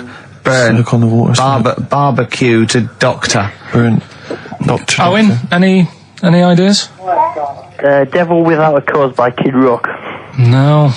What we're going to do with it? Is the word devil right? Yeah. So devil's a key word here. And you're thinking about what's the bloke done? He's took him to Devil, the doctors. isn't he? The cat- Why did he do that? Why didn't he just say, "Oh yeah, it looks terrible, but I've got to get off home"? He's a good He's a Samaritan. good Samaritan. Right. He's a good guy. He's He's a good guy. Saviour. devil. Saviour devil for later. We're really running out. I've got it. I've got it. Have you really? Sarah, Yeah. I tell you this, love, you have got something to entertain yourself with in about 3 weeks' time when we get the DVDs and videos through. Cool. Ladies and gentlemen, I give you Sympathy for the Devil. Well done. Sympathy for the Devil. Carl, Oh, it's man rubbish, alive. mate. It's rubbish. That's not a cryptic clue. It's not rubbish. Sympathy for the devil. You said he wasn't a devil. You said he was a demon. Right. Yeah, but I One. couldn't- no. Right. Okay. Sympathy for. What's all that rubbish about him being burnt and taken to the hospital? Sorry, Rick, but I'm noting a little whiff of jealousy there. It's so rubbish. No, I'm sorry, but Sarah Cannot- is happy. It's not allowed to try and make people Her guess. baby is happy. Sarah, her husband, or maybe partner, Sorry, maybe they're not Owen. married, maybe they're living in sin. He's also happy. Yeah. They're happy. That household is happy. Owen's got Owen, it. devastated. Static. Yeah. Do you want it on DVD or video? DVD, please. DVD. Sarah, Okay. thank you very much indeed for playing. Owen, Cheers, Sarah. commiserations. Sorry, Owen. Yeah. Triumphant. Another You're so triumph. rubbish, Carl. You are so rubbish. There you got it right. Oh Then. dear. Rubbish. Well done, Steve. Jealous. I love it. I Rubbish. thought it was a great one. It's Aqualung, XFM 104.9. You've been listening to Ricky Gervais. Well, with Steve Merchant. Well, Carl just let's get on. We're We're not doing that. No, we're not doing it again. It's rubbish. It's not cryptic. It's what am I thinking? There's not a cryptic clue. That Well, wasn't simply Steve put. got it right. Yeah, but with all This- the clues, of Sarah's like, happy. he said his devil in the title. He went, yeah, and he went, he's feeling sorry for it. Well, that's sympathy. It's not a cryptic clue. We're not doing it again. It's rubbish. You brought the whole tone down. We started off with nice taking the mickey out of fat people. We went on to gluttony records and people being killed by joss sticks. It was going really well. Yeah, and it you was bring the chirpy, whole it was tone upbeat. down with a stupid competition giveaway. That took me ages to make that video. Yeah. Right. Sorry, Carl, but I agree with Rick there. It's not happening. See you next week. Do you want to come up with a new one for next week? Could do. Come up with different competitions? Listen to Simon Mayo in the week and see if you've got any ideas. Yeah. Right, Carl. This is where he shines. This is what Carl gets Mondays off for. Yeah. Okay, Carl, what is it? You want to explain this? It's the bit when I'm in a film and sort of edit me into it, so I'm like an actor in a major film. Yeah. We've done Kes, we've done One Flew Over the Cuckoo's Nest, Shining, stuff like that. This week, it's A Few Good Men. Brilliant film. With Jack Nicholson and that. Yeah. So you listen to this, and we'll give the question later on, probably. Let's give it after this. All right. Yeah, we'll give it after we've heard the clip. I haven't really got one sorted, but I'll think of one whilst it's on. So have a listen to this, take everything in, and then the question at the end. So it's a scene where it's a court case. Yeah. All right? All right. All rise. Call your witness. Yeah, he's just coming now. All right, Jack. Colonel. What? I'd appreciate if he would address me as Colonel or Sir. I believe I've earned it. Defense counsel will address the witness as Colonel or Sir. All right. All right, Colonel. Bit smart today with all the army stuff on. You ever served in an infantry unit, son? Nah. Brother did. He was in the army. He got kicked out though because he went for a packet of fags in a tank. Weird that, isn't it? No, it's not. It's tragic. I wouldn't say it's tragic. I'll show you something tragic. I always carry this book around with me. I always show it to people. It's got like the top 50 weird people in the world in it, right? It's all sorts of weird stuff in it. Look at this one here. It's a fella, right? He's got 2 heads. And the weird thing is, right, is the top 50 weird people in the world. He's at number 50, he's got 2 heads. Right? Makes you wonder what's going to be at number 1, doesn't it? Are these really the questions that I was called here to answer? No, but look at it. Imagine if you were his mate. You wouldn't get a word in edgeways, would you? If you maybe he didn't have any friends. Probably right. They say, don't they? They say 2's company, 3's a crowd. So. Please tell me that you have something more, Lieutenant. Yeah, I got loads more. For this fella at number 36, look at him. 3 legs. Little fella with 3 legs, right? Guess what his job is? My answer is I don't have the first damn clue. Well, I'll tell you. He's a juggler. I beg your pardon? He's a juggler. This is ridiculous. I know it's ridiculous. You're probably thinking what I'm thinking. Why wasn't he a footballer? Be great at keepy uppies and that. I'll answer the question. You want answers? It's just that I'd like to know the truth. Because you can't handle the truth! Gentlemen. Well, I've paid for the book, so I think I'm entitled to know why. I don't give a damn what you think you are entitled to. You better get somewhere fast with this, Lieutenant. What about this one then? This lad here, he's 12 years old, he looks 48. What do you think? No. Why not, though? You said you didn't want to know any more about the juggler. You didn't say you didn't want to know. I know what I said. I don't have to have it read back to me like All right. Lieutenant, do you have anything further for this witness? Well, just wanted to know if you thought Mr. Webfoot at number 42 should have took up swimming, but... Absolutely. And you'd say that now, wouldn't you? Forget it. Well, I don't know what to say, really. That's Karl Pilkington in the film A Few Good Men with Jack Nicholson, acting alongside Jack, and I have to say, giving him a run for his money. I think Carl is a really good actor. I genuinely think that. Should we put him in something? Yeah, definitely. Okay. Right, what's the question? What's his forte, do you think? Just sort of playing that sort of stuff. Okay. Deep stuff. Yeah, okay. Yeah, so we can sort that out. Think of a question there out of that little lot. You've not got one? Well, I've got it was at number 36, whatever it was. What was it? Don't know. Let's. It was number 50. It was at number 50. Yeah. All right then. Okay. Yeah. Who's number? What? Yeah. Well, yeah. What was all about the guy who was at number 50 in the 50 weirdest people list? And just text in 83 XFM and put your address on there as well and that. What prizes are there, Carl? Loads of stuff. Yeah. Let me just have a quick look. Oh, that's actually not bad. There's Lord of the Rings on there. Michael Palin's Around the World in 80 Days. If you've not had a chance to see that yet, it's been repeated about 80 times. Look Around You, which is an excellent show. That's funny if you've seen that. There's some other good stuff. That's not too bad. And also the relatively poor stand-up DVD, Ricky Gervais's live Animals show, which is mediocre. Can't give him away. Yeah. All right. And you can win all those prizes if you can answer which question again? Who was the fella who was at number 50 in my book? What was up with him? Excellent. Right, so let's got to play Thorns. some Thorns. That's the most beautiful track I can't get enough of this. You'll love it. You'll love this. Billy Bragg, the Sunday Boy on XFM 104.9. Ricky's laughing because he's just thrown something at Carl. It made him jump. Yeah, that's worked well. Here are the prizes for the film quiz thing, which I think is what it's called. Brilliant. People will be loving this. It's Trance Anthems, Brilliant. 2003. We know we got a lot of trance fans listening. The best air guitar album, obviously. Yeah, of course, yeah. The best club anthems. Yeah. Series 1 of Happiness by Paul Whitehouse. The very best of Father Ted on DVD. We got Teachers. We got Knowing Me, Knowing You. Not too bad. Yeah, a few bundles there. Good stuff. Christmas gifts and things like that. So That Knowing Me, Knowing You, I've noticed on VHS, which is good. Yeah, That's quite quaint. Excellent. Brilliant. All right. Yeah. So explain the conceit of this? It's when we sort of dig out a film that I've been in, and this is. I don't know if I'll tell you what film is, because that might be the question. Thinking about it, because there isn't that much going on in the clip. I think we need to know what the film is. Do you? Yeah. All right. It's Rain Man. Okay. Why is he called Rain Man? Is that going to be the question? Yeah, I know the answer, Carl. Don't worry. Don't look at me like that. I do. Oh, well done. Yeah, you watched the film. Yeah, you should. Right, so it's you, Carl, in the film Rain Man. Yeah, it's the bit when Tom Cruise is in the doctors with the ill man. All right. There we go. You ready?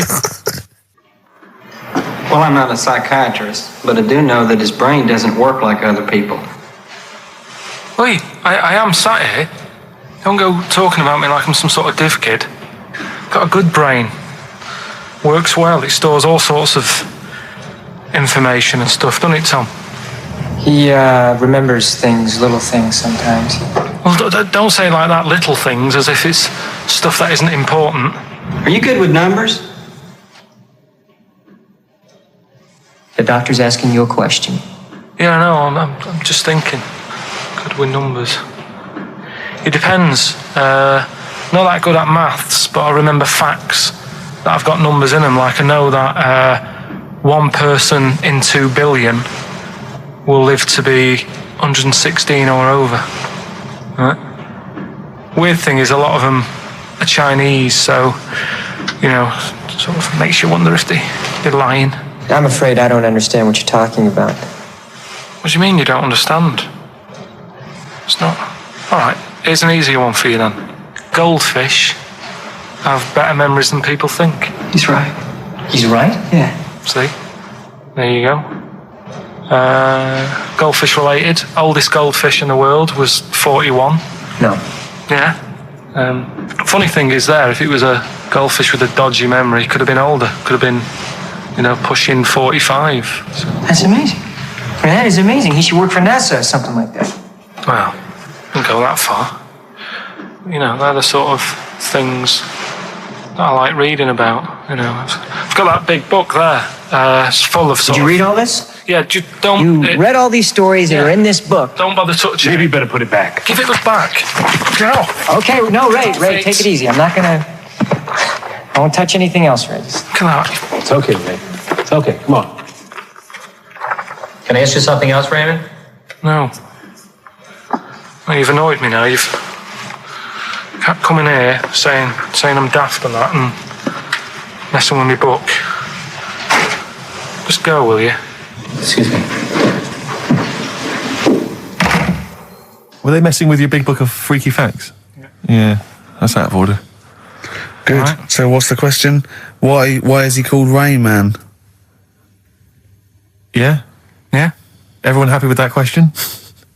Yeah? Yeah. Okay, Ricky.Gervais at xfm.co.uk. Why is he called Rain Man? Right. Yep. Right, okay. Are you in a film this week, Carl? We're doing that now? Yeah, go on. Get it over with. Hang on a minute then. Get it over with. Let's get this show over with. We can go home. You can go off to Lanzarote and sit on some ash. Some charcoal. He's not happy about that. That's annoyed him. The listeners have all ganged up on him. Yeah. XFM giving him 2 CDs. We've had more calls for his resignation this week than ever before. What do you think of that, Carl? What do you mean? There's another reason.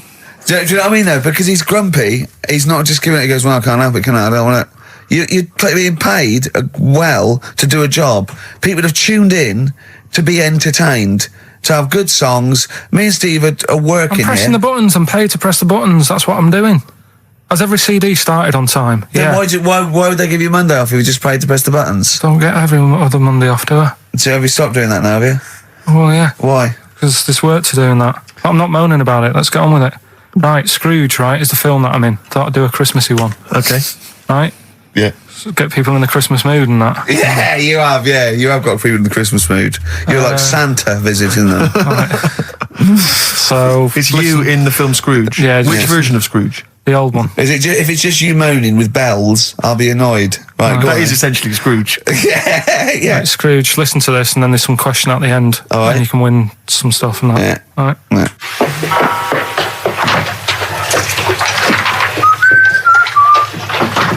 You're late. Only 20 minutes.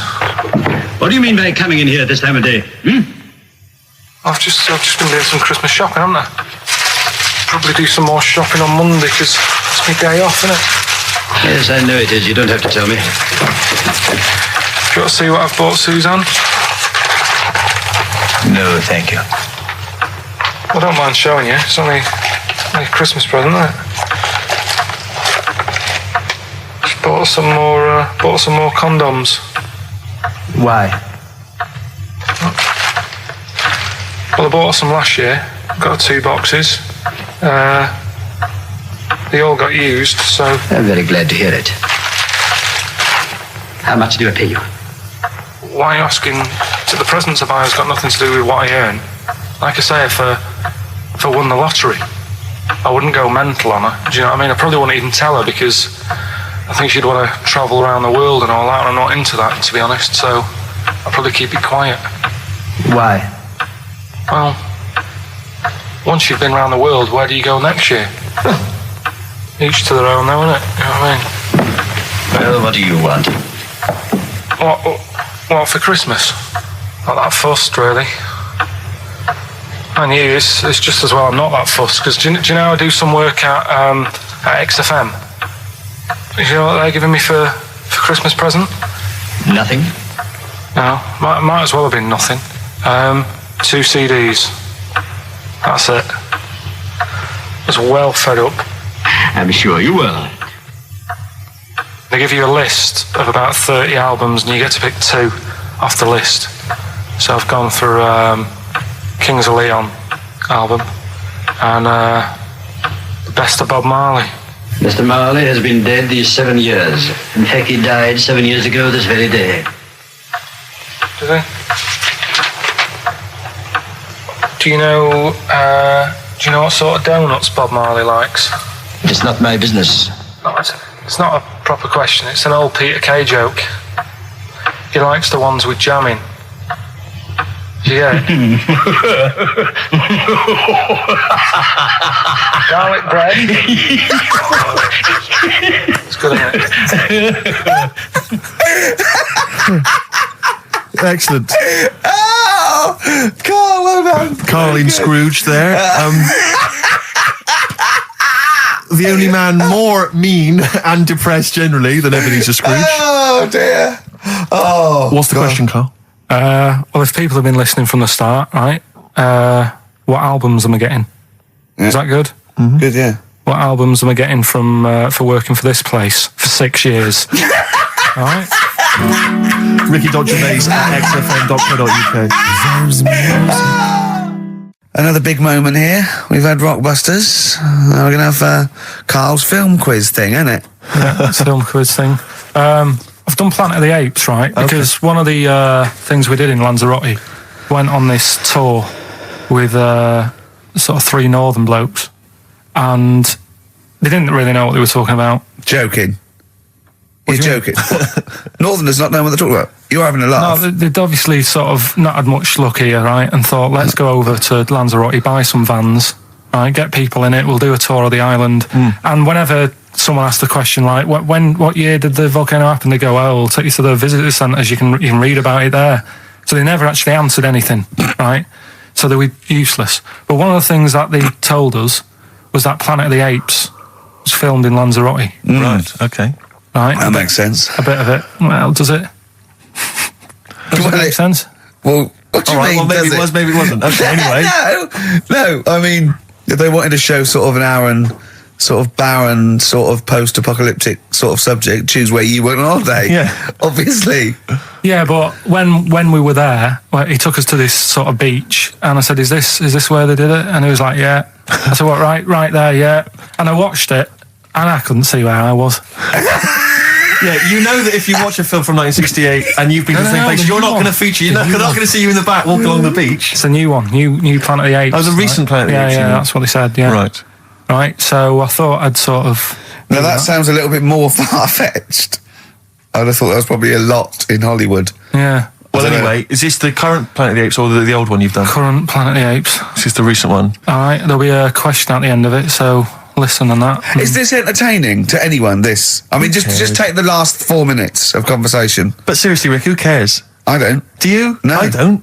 DVD's selling well. Exactly, what do I care? All right, come on then. All right, so Planet of the Apes, question at the end of it, listen and win some stuff, all right? Hey, where am I? What is this place? Hang on a minute, I'll have a look.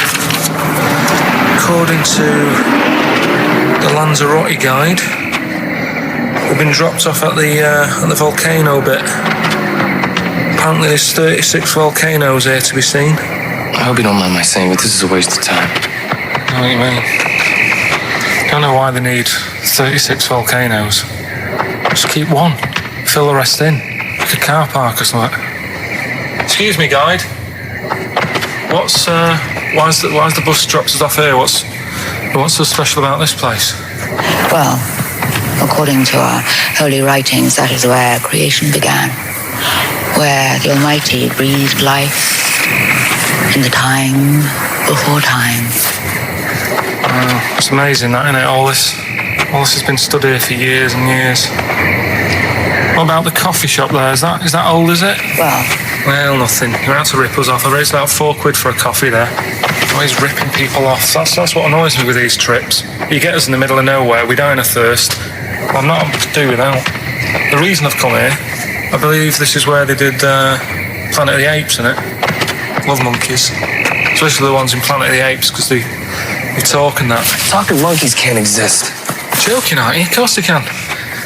Getting up to all sorts of stuff. I read about a monkey the other day who worked on the railway. Right, there was another one about a chimp that did a bank job and went off to Spain to sort of. Shut up! Oh, hey. What is that? Little monkey fella. He's come from that little coffee shop. It's been serving coffee. Now that is worth paying £4 for. No, you're teasing him. I'm not teasing it. It's working, isn't it? It's serving the. We want some coffee. Get us some coffee. I've heard about this. You can buy coffee that's been sort of hand-picked by monkeys. It's like Coffee Mate, except it's more sort of coffee primate. Yeah. Hello, little fella. We want coffee. What do you mean, we? You're gonna have a coffee, aren't you? What else are you gonna do? Go and look at another 35 volcanoes? I'm staying here. I'm having a monkey coffee. It's brilliant. You find this amusing? Jesus, it's a talking monkey. All right, mate. Have a couple of coffees. Don't start now. We're off duty. I'm starving. What do you mean you're off duty? Have you bananas later? Just get us a couple of...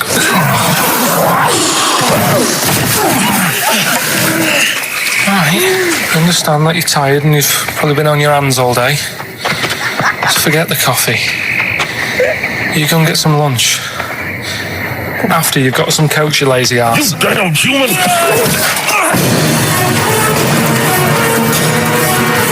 Powerful. Lovely. Excellent. So, what's the question? If you've been listening to the whole show, how many volcanoes do I think's on the island of Lanzarote? Okay. Yeah. I might have it wrong, what I've been saying, but it's roughly around that. Yeah, so what have you been saying? Yeah. Yeah. Brilliant. Ricky.gervais@xfm.co.uk. You're more likely to win the prize if you leave your address on the email. Yeah. Because otherwise we can't really be bothered to phone people or email them back. So, Good point. Put your address on there and you could win some crap in a jiffy bag. And it's Ricky Gervais, Steve Merchant, Karl Pilkington hosting the final show. Exciting. Which means the last film quiz. Karl puts himself in a film. Claire's on next week, by the way, and then Adam and Joe. Then Adam and Joe, brilliant. Adam and Joe coming back. So that's Excellent. They're excellent. Right. Matt Lucas said he'd do a show. Give him a call, and maybe him and Dave Williams. Yeah, might big do things that. Might do that. Yeah, very good, wasn't it? Yeah, it'd be all right. Yeah. Right, the film thing. This is when we get like a film, and I'm in it. Right. So I'm doing. We talked, a bit about gay fellas and that today. Yeah. So we're doing When Harry Met Barry. Okay. All right. Yeah. And listen to this, and then there'll be a question at the end, and you can win some more stuff. We've got DVDs. Some more shite. Some more good CDs and DVDs and that. All right, let's hear it. So When Harry Met Barry. All right. We've got 18 hours to kill before we hit New York. Oh yeah. Brought a few books just to kill a bit of time on the journey. When I buy a new book, I always read the last page first. That way, in case I die before I finish, I know how it ends. I read a book like that once. Not on purpose though, it's just that all the chapters have been put in the wrong order, so it's a bit annoying. Got to chapter 1 before I realised. Are you finished now? Yeah, I bought another copy of it and read it in Lanzarote. It was alright. Good read. Listen, we're only staying in New York for a couple of days, aren't we? Because the place does me head in a bit. Oh, really? Yeah, it stinks, doesn't it? It's a really dirty city. It's noisy. It's funny, the people who live there call it the city that never sleeps. I'm not surprised with all the noise. I couldn't agree more. Listen, I know you're gay in that, right? What is the attraction with New York for you lot? What? Because it is like the gay capital, isn't it? They all love it. Even that Rod Stewart song, that Killing of Georgie, that was set in New York, wasn't it? Yes, it was. Yeah, well, that song was about a gay fellow, wasn't it, who moved to New York and ended up getting beaten up. Not a great advert for the place. You keep going there. Weird. Actually, I know why you like it. It's because it's a city that never sleeps, isn't it?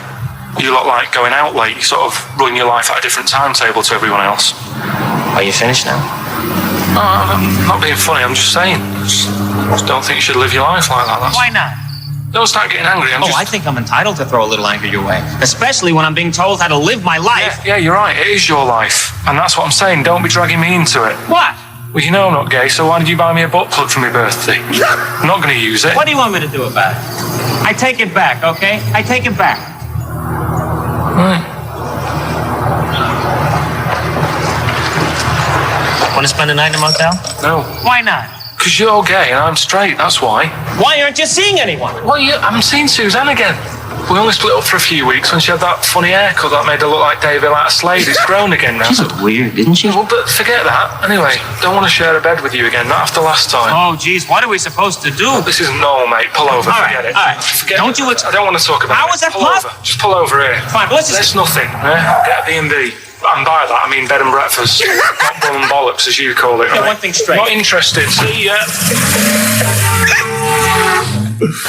Oh dear. Excellent. Oh, little Karl Pilkington. When Harry Met Barry. It's a classic film. What's the what?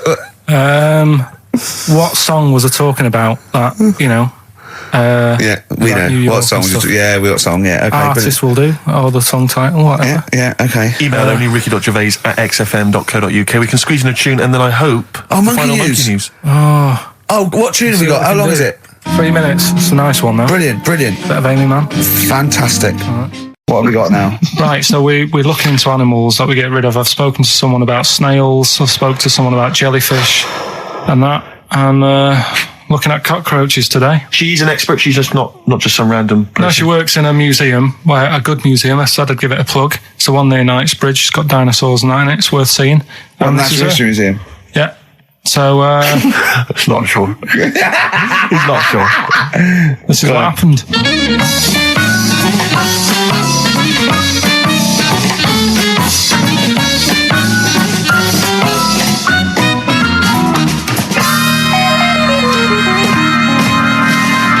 Now, what I'll do, I'll tell you as much as I know, and then you can fill me in if I'm right or wrong. And then at the end of it, we'll get to the bottom of whether we need them or not.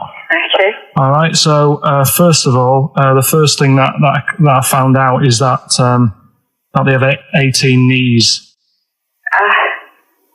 That's not exactly possible. They're insects, so they have 6 legs. Yeah. And a knee is usually the junction between femur and tibia. That's sort of classic human knees and every other animal knee. So with 6 legs, you can only have 6 knees. Could somebody sort of got mistaken for seeing one that was a bit double jointed? I think you're grasping at straws or something. All right. Well, we might have to come back to that one then. Okay. They can hold the breath for 40 minutes.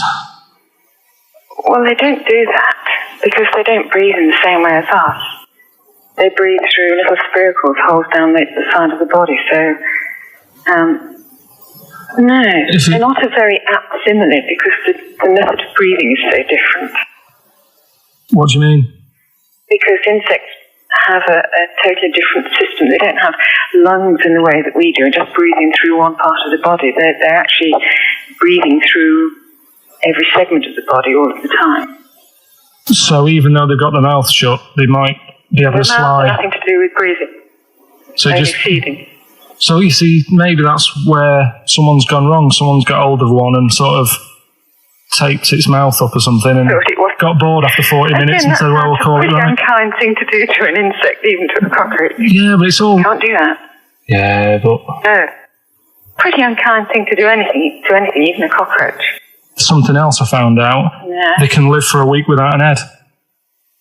Well, that's true if they don't bleed to death in the process. But the weird thing is, when I told you that they had 18 knees, you seemed a bit sort of like, don't talk ridiculous. But then we're talking about an animal that can live without an head. So there's a little bit of truth in that one, yeah? Yes. Why, when it was invented, has it got that facility? Say if someone said to humans, we could do that with humans, and, you know, if you lose your head in some accident, it gives you a bit of time to sort of go back to your family and maybe write them a note. You won't be able to have a chat, but write them a note saying, it was my own fault, and it was nice knowing you. Oh, well, that would be a useful facility, I agree. But cockroaches are great survivors. I mean, they've been around for over 300 million years. They're one of the most primitive insects. All right. Well, I've also... is it true that they do a lot of resting? Apparently they can sort of rest for 75% of the time. Rest? Yeah, they just sit about doing nothing. It's probably true of a vast proportion of the world's fauna. I mean, maybe the 25% that they are working, they're really giving it some, so it might make they're up. probably searching out food and, they can slow down considerably. You can chill insects in the fridge and they'll become very, very quiet. You might think they're dead. Yeah, but I'm sure, you know, if we were sat in a fridge, you know, we'd go a bit quiet, wouldn't we? You know. Well, you might not know much about it, of course. Yeah, but... You're not quite reading the right sources. Well, I've been using the internet. I'm sure there are many useful sources that you could find there, but some of those seem to have been a little misleading to you. So you don't agree with a lot of what I've told you there? No. So cockroaches, can we get rid of them? No. So we're keeping them then? I would say so, yeah.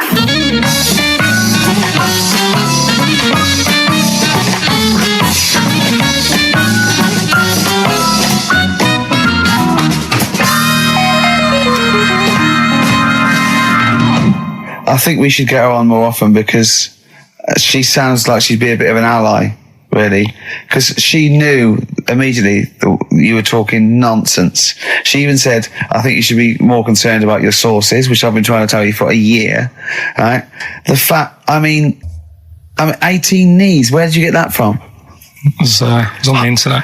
They can hold their breath for 40 minutes. I mean, I don't know what you read and take on. Mad world, isn't it?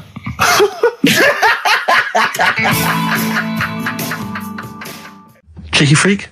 Controversial cheeky freak of the week, where Karl finds a human being with some sort of congenital or imposed deformity, or So and we talk about that in a wry way. Do you think that's big and clever? No, but that's just it. It's never about taking the mickey out of someone, right? It's to make you think. I'll tell you what isn't big and clever. How lucky you are. A dwarf with learning difficulties. Nice. Yeah. Well, we'll explain it to you. See, you know the sort of things I find incredible. Go on. Mirrors. Shiny objects. Kettles. Yeah. Oh, God. Well, listen, remember the time when I told you about the baby that had a baby? The baby that had a baby. The baby that had a baby. Yeah. It's happened again. No, it hasn't. Well, it didn't happen the first time. It was in the papers, I think, on Monday, in all the tabloids. So it's a twin where one has grown and the other one is still at a fetal level. No, it wasn't, though. It had grown. He was saying to his mum... Who was saying to his mum? The little kid who was 7 years old. And he kept saying... Yeah. He was pregnant. And he was pregnant? Yeah. I know. What do you mean? And he was saying to his mum, oh, God, I don't feel well. And, his belly was all swollen, and they thought he'd just been eating cake or whatever. And he was saying, I can feel something moving about. And they were like, stop messing about. There's nothing wrong with you. Eventually, I think he was in gym at school. In gym? What, Jim was pregnant with him? Oh, it was like a Russian doll. He was at school, right? Just about to do sit-ups or whatever they do at school. Yeah. Right? And flew out across the room. Teacher goes, you're a bit fat. You look a bit pregnant. And so best to the doctors took him. Said, you're 7 years pregnant or something like that. What? What? Or something like that? You're 7 years pregnant. Or something like that. You say to the doctor, Carl, why don't you think about what you say before you say it? See the reaction I get. Now, the gazelle, I didn't get excited like that. 7 years pregnant.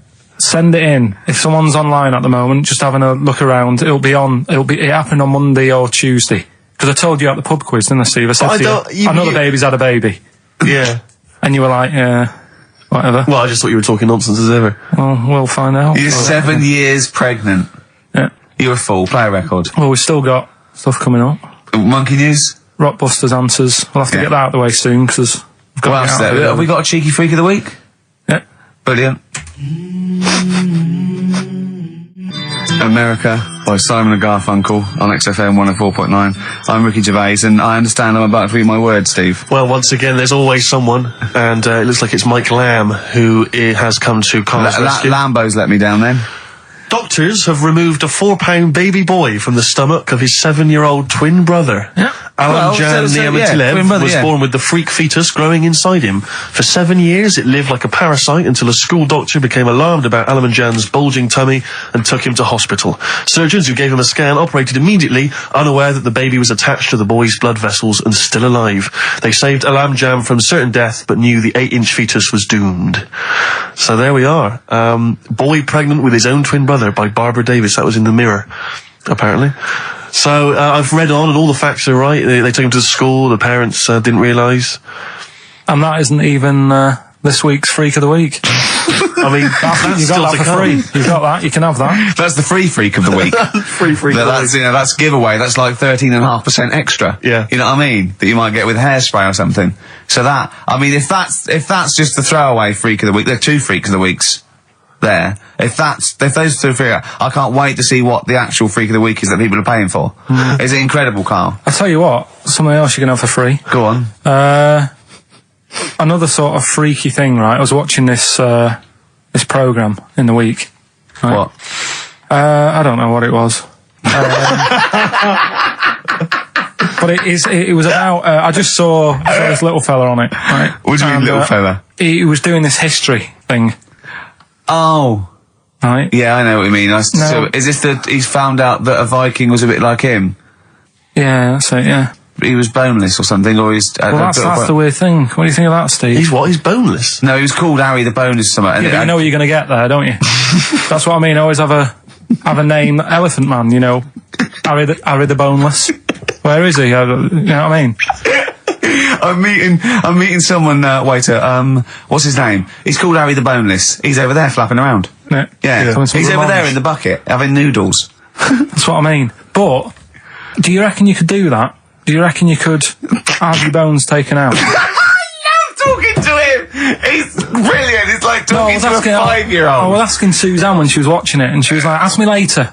Yeah, brilliant. She wanted to know about. What do you said? You watching this program about history, right? About Vikings. Something like that. You turned to your girlfriend and said, "Do you reckon you could have your bones taken out?"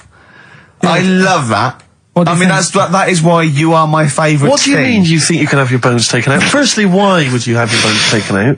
If you've only got a small flat or something, and there isn't much room, yeah, right? And what I mean is, would all your organs still do the stuff? No, they wouldn't. You'd just be mush. Listen, I'll teach you something now, right? The skeleton, right? Spam, yeah? Support, movement, anchorage. No, support, protection, anchorage, movement. Spam. That's what the bones do. Yeah? You couldn't stand up. You wouldn't be protected because they protect his rib cage, skull, of course. Anchorage, everything holds onto it. Every muscle is tethered to pull against something, like a crane, a pulley system, so you wouldn't be able to move at all. Do you know what I mean? So you'd be in a bucket. There'd be you'd die immediately, obviously. No, you can't have your bones taken out, Carl. I mean, why do you need to ask that question? Sorry, but Boneless Bob, or whatever his name was. Harry the Boneless. he presumably didn't have any bones. I mean, that's why he had that name, obviously. No, he did. No, he's got the name. Yeah, exactly. No, he was just... I've had an email here from Graham, old Ken Rowe. He just says, I had a dream about Carl last night. Can I sue? I've no idea what he looks like apart from the boldness, and yet he turns up in the middle of my dream. I don't need this, it's harassment. Yeah. But people are having dreams about you now, Carl. You actually, it's like you're one of something that was created by the Brothers Grimm. So, Carl, so this little Harry the Boneless, what was your point? Was that really your point? You wondered if you could live without bones? Yeah, I saw the little fella on this programme. And the presenter? Yeah, and he was a small fella, and he was talking about Harry the Boneless. And I thought, that's interesting little bit of science stuff. Yeah. Yeah. Well, yeah, that's about it on him, really. All right, well, that's just another bonus cheeky freak of the week, isn't it? That's not even the freak of the week either. No.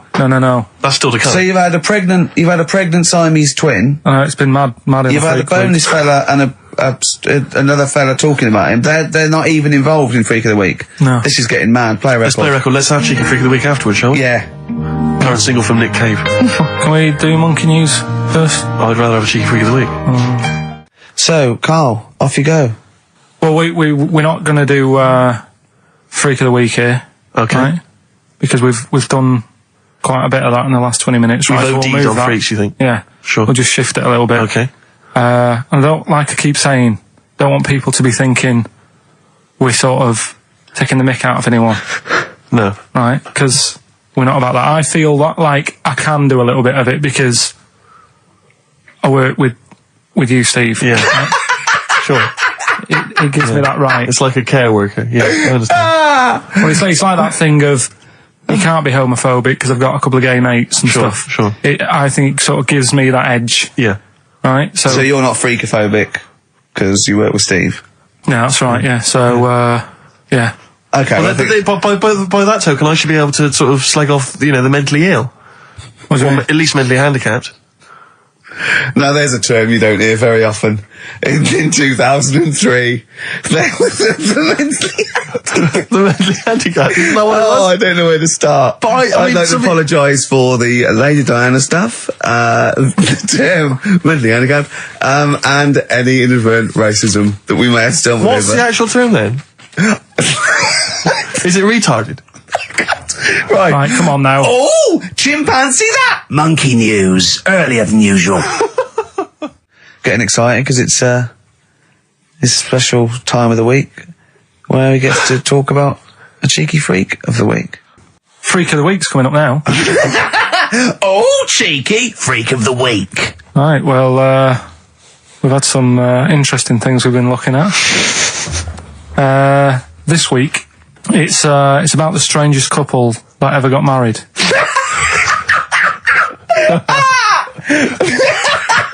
and we've had 2 sets of chimps, Yeah. so it's stranger than that. Oh, it's not Dale Winton and Nell McAndrew, is It's it? not your parents, is it? Well, we're going back again to about, I think this is about 19... Something like that. 1940. Yeah, whatever. Yeah, whatever. Yeah. Strangest couple, a fella, right? He had the skin of a lizard. He had the skin of a lizard, okay. And the woman who he Which he married... used as a condom. The woman who he married. Airiest woman ever. Right. And that was their act. They used to tour the world, and they'd say, it's like, a couple who've met, they're having a great life. Just get them out on stage, here they are. And they'd What do you mean he had the skin of a lizard, first of all? That's what he said. He had some sort of some illness. So he was called Lizard Man, and you like that because it was good description. I thought that's good. I'm here. Hello. Dude, we booked a table for 2. Who are you meeting? I'm meeting Lizard Man. Oh, he's over there. Yeah. You know he is, right? Yeah. I'm meeting the hairiest woman in the world. She's over there. Yeah. Yeah. So what did they do for their act? Now, bear in mind that we had some Siamese twins last week, and their act was having a bath. Yeah. So I hope it's an improvement on that. What did Lizard Man? He came out and ate some flies, did he? I don't really know. I just think they stood there and that. Yeah, when you read this and it goes the most interesting fact ever, Lizard Man, and you go, that's enough. That's enough. I can extrapolate from that. Well, straight away I start thinking. I'm thinking, right. I wonder if they got the wedding photos. Right? And then, like you said, that they had a kid. Oh, what would that be like? Exactly. It'd be like an ostrich, wouldn't it? It would sort of like... That's what I was thinking. What did you think it would come out like, the baby? I didn't think what that looked like. I just was thinking, parents' evening. Do you know what I mean? You wouldn't want them coming up to the school, would you? So little Johnny, who starts off relatively normal, he's quite good at, he's good at nature, isn't he? And his mum and dad come into the room and they'd be looking round, wouldn't they? Well, it's always like that thing at school when, like, you find out your mate's mum and dad are really old. Right, Have you ever seen that? Yeah. When you go, your gran and granddad bought you? Yeah. Mum and dad. Yeah. And you go, It is weird. What's that we're talking about? He calls him mum. What was that? Oh, sorry. do you know what I mean? Yeah, And that's always strange. If you had Godzilla and King Kong as your parents, and it was they're like always fighting. They're always fighting, and like you say, you're in a school play or something. You wouldn't tell them, would you? You wouldn't want him coming up with a video camera. He didn't tell his parents he was in the... Well, exactly. You did Little Donkey, you didn't tell your dad, did you? And he came along and videoed it. Yeah. Kept it quiet, don't want them to know anything. But you didn't... What was it was meant to be playing? You had a little drum, didn't you? Yeah, I was doing... I had a little drum. I think I was meant to be playing We Three Kings. Yeah. But we started doing Little Donkey and I thought I can add a touch to this. Sure, you improvised. Started playing along. It was like the first remix, wasn't it? It went down well. But yeah, that's all I was thinking with the Freak of the Week this week. That's what I'm saying about Freak of the Week. It's to get people thinking, right? Thinking how lucky they are. That, they don't have to... comb their face. What are you talking about? What do you mean? Freak of the Week is to let people know how lucky they are. Just... What about the little freak you're talking about? What are they thinking? They're going, oh, he's talking about me. I'm a little hairy lizard man on a stick. Pop in, give us a call. I thought, that's what I'd like to do on a TV programme. That's what I want to do. I want to go and, meet these people and say, right, let's just go shopping. Let's, we'll film what your normal day's like. Yeah. Let's pop out. Nip into Sainsbury's or whatever. Yeah. Buy a comb. Park right up close to it. You know what I mean? Yeah. So what you're saying is you just want to get a little message out there, which is that there's always someone worse off than you. Well, there's proof of that in this room. You know what I mean? Oh, Carl, when's your train? In a minute, I'm going to get going now. I'll see you later. Thanks, Carl. Brilliant. What are you playing? You going to play a song? Kirsty McCall. Yeah. I'll see you later. Kirsty McCall, New England. Karl Pilkington has left the building. He's rushed away. He's on his way down to Cornwall. And we're left by ourselves. Indeed. In the room. See, if we can do this... If we can press all the buttons and not make any mistakes, strictly speaking, there's no need for Karl. I don't mind if we make mistakes. Well, no, exactly. We never were in the old days. No, sure. I think Karl is going to love Cornwall. Because I think, one, the mayor is probably an animal. Yes. And I imagine the townsfolk think like Karl. Yeah. Do you know what I mean? I imagine he'll stay there. He'll be made king. Have you ever seen Return of the Jedi? In Return of the Jedi, the Ewoks, the little furry creatures, they see C-3PO, and because he can talk and he can speak their language, they actually elevate him to godlike status. What are you doing here? Hooray! He's back. What are you doing? You could have stayed till the end. I'll see you later. What are you doing? What are you doing? Right. Well, there he is. He's on his way. Yeah, if you're listening online in Cornwall, I mean, I can't imagine that's ever going to happen.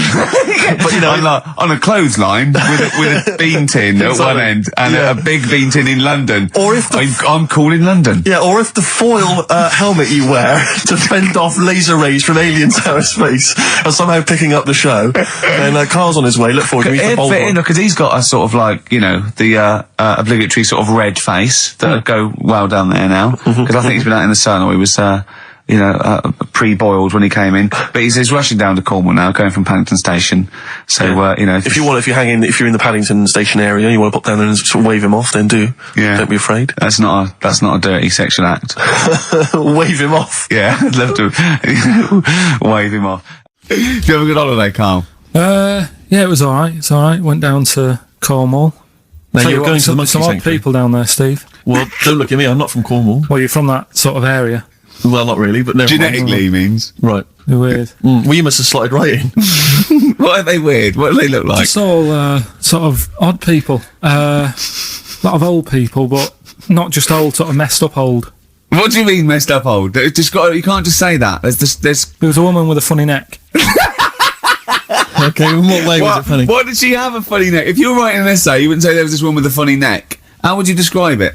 She sort of had her head like pointed down all the time. Like don't do it. This is radio. No, but just for you, I don't like that. Yeah. About yeah. Okay. Right. So brilliant. I don't know. I was saying to Suzanne, what happened? You know, what do you think? Because Suzanne knows everything. That's the good thing about her being with you. You just ask her what happened to her, and Suzanne goes, "Karl, I don't know. Yeah. I haven't been here before." Suzanne, your girlfriend, or mummy as you call her. Oh, sparks are flying. Yeah. I got a little bit of chocolate. Can you just lick a tissue and wipe it off? Oh. Well, she said it might have been like, because back in the olden days, they carried stuff on the... The olden days? What do you mean the olden days? This woman was probably, what, 50? No, she looked about 70. Yeah. But like I do on Cheeky Freak of the Week, right? I always turn it round and we get, like, something good out of it. Something positive, yeah. I said to Suzanne, I bet she finds a lot of money. Yeah! Always staring at the ground, yeah. Oh, so dear. It was always good. So, maybe she just had new shoes and she was admiring them. Yeah. Did you think of that? Before you point the finger and judge? Or a necklace was too heavy. Exactly. So, you're back refreshed. Right, come on, Karl, we've got a lot to fit in now. We've insulted a lot of people. Only about 25 minutes to go. We've got monkey news, we've got Rockbusters. Have we got a Cheeky Freak of the Week this week? Could cram it in, see how we do. Do we want it? Well, me and Karl got a joint favourite lyric now. I love you like a fat kid loves cake. Yeah. That's great, isn't it? But, I mean, I like it because it's funny and humorous and cheeky. You like it because it means something, don't you? You think that's the absolute truth. If someone was to say that to you, that would be the most romantic thing they could say, innit? Because it's... I don't know, I'm just thinking you know what it means. It's like the Elephant Man, right? The Elephant Man, that's what he's called. Again, you know what you're going to get. The fat kid loves cake. You've said it all, you don't have to say any more.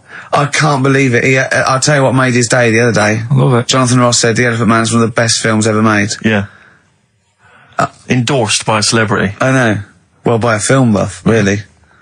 It is good though, isn't it? It is a very good film, yeah. We have got Cheeky Freak of the Week coming up. Right. There's been a lot of stuff going on this week. In the freak world? Yeah. Is it really? Yeah, there's loads. I mean, stuff that we can... The one that hasn't made it. God, this is one that hasn't made it, so we'll judge it on that. Go on. There's a woman, right? Do you know how, I mean, in a way, I thought Elephant Man, it was a bit tight because, you know, they sort of took him on a freak show, did a bit of a road show with him and stuff. Yeah.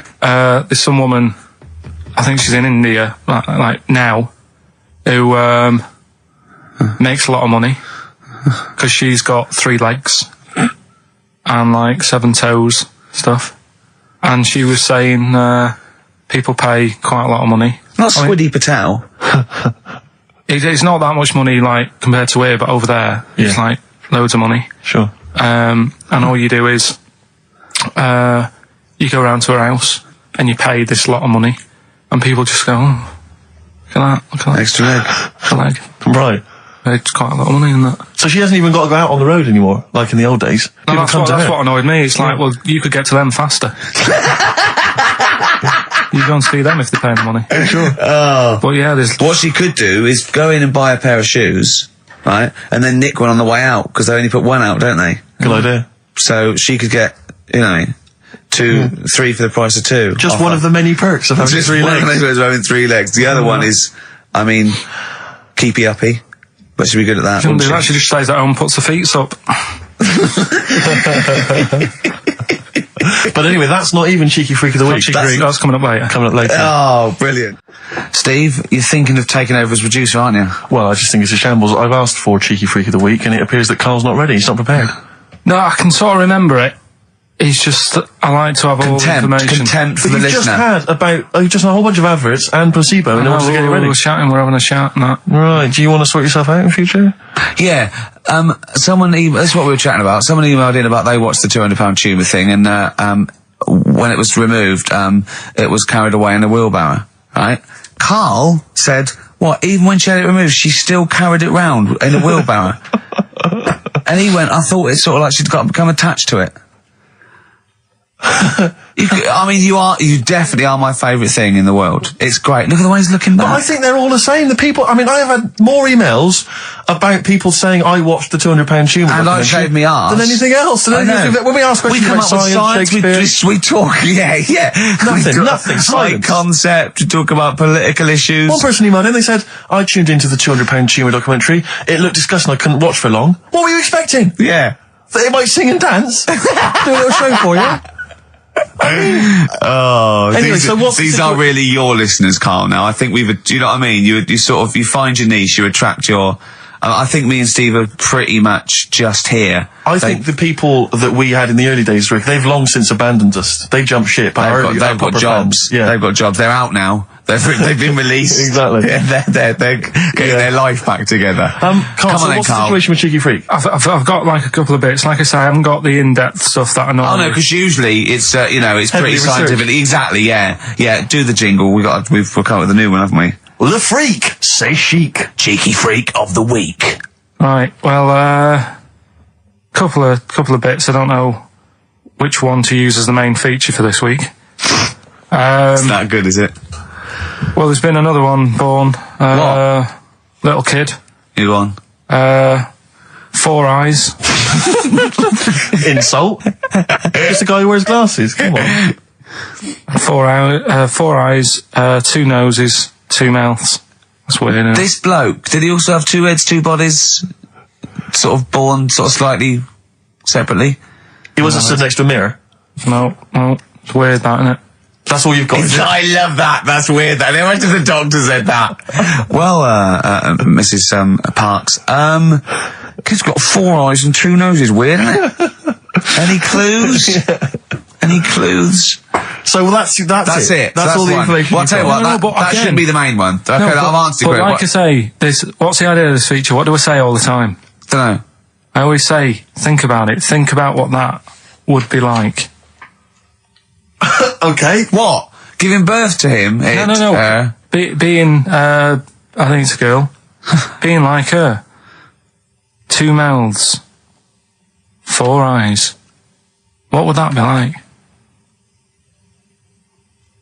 Mad, innit? I don't know what this feature is. I don't know why. Is there another one? Is that, you said that? I hope everyone took the opportunity there during that silence to just think about what it would be like. I know I was. Could she talk with a mouthful? What? Is that allowed? Because she's got 2 mouths. Yeah. Would that be alright in her house? She'd be eating one, she can talk with one mouth and eat with the other, I suppose. Listen, the main one, right? You've thought about that, that's good. The main Cheeky Freak of the Week, I haven't got all the details. Smallest person ever. Right? How big would you say that is? Carl is now sort of like holding his hands up like a fisherman, long ways. That's about 1 foot. Right. Smallest man in the world. I printed the thing off and I can't find it. There's a little picture of him. Right? The odd thing was, But why have you asked me? How did it say, or was it a picture of him? I didn't really read it. Of course you didn't. Jesus. I just saw it and thought, oh, that's... What, you straight away assumed it was natural size? No, it was that big. But what do you mean it was that big? Little fella, like that. But why are you doing that? What? It was a page with a little fella. How do you know that was natural size? No, it was, because he said it's world's smallest man. And the funny thing is, I've read the first line. I always read the first line. It said, world's smallest man. Well done. The weird thing is, he got an head like a light bulb. The shape of it, apparently. I don't know if that's got anything to do with his shape and size. God. That big. His name's Mr. Watts. And the annoying thing is, what got me is, if you're that big, right, don't have your picture taken next to a fruit bowl. Why was he having his photo taken next to a fruit bowl? Don't know. Whoever the photographer was, obviously having a bit of a laugh. Yeah. At his expense. Because you would just stand in the middle of nowhere, you'd look normal and that, but he was stood there, just leaning on an apple. Leaning on an apple? What is this? In what world do you inhabit? This was on the internet. Leaning on an apple? Was it Tom Thumb? What is this? Are you sure it wasn't some sort of sci-fi show they're advertising? No, it was leaning on it. Can you just lean on the apple? Just lean on the apple there. Do me a favour, you stand next to my chihuahua. You're not taking the piss, are you? No, not at all, no. Would you mind leaning on this matchbox? Yeah.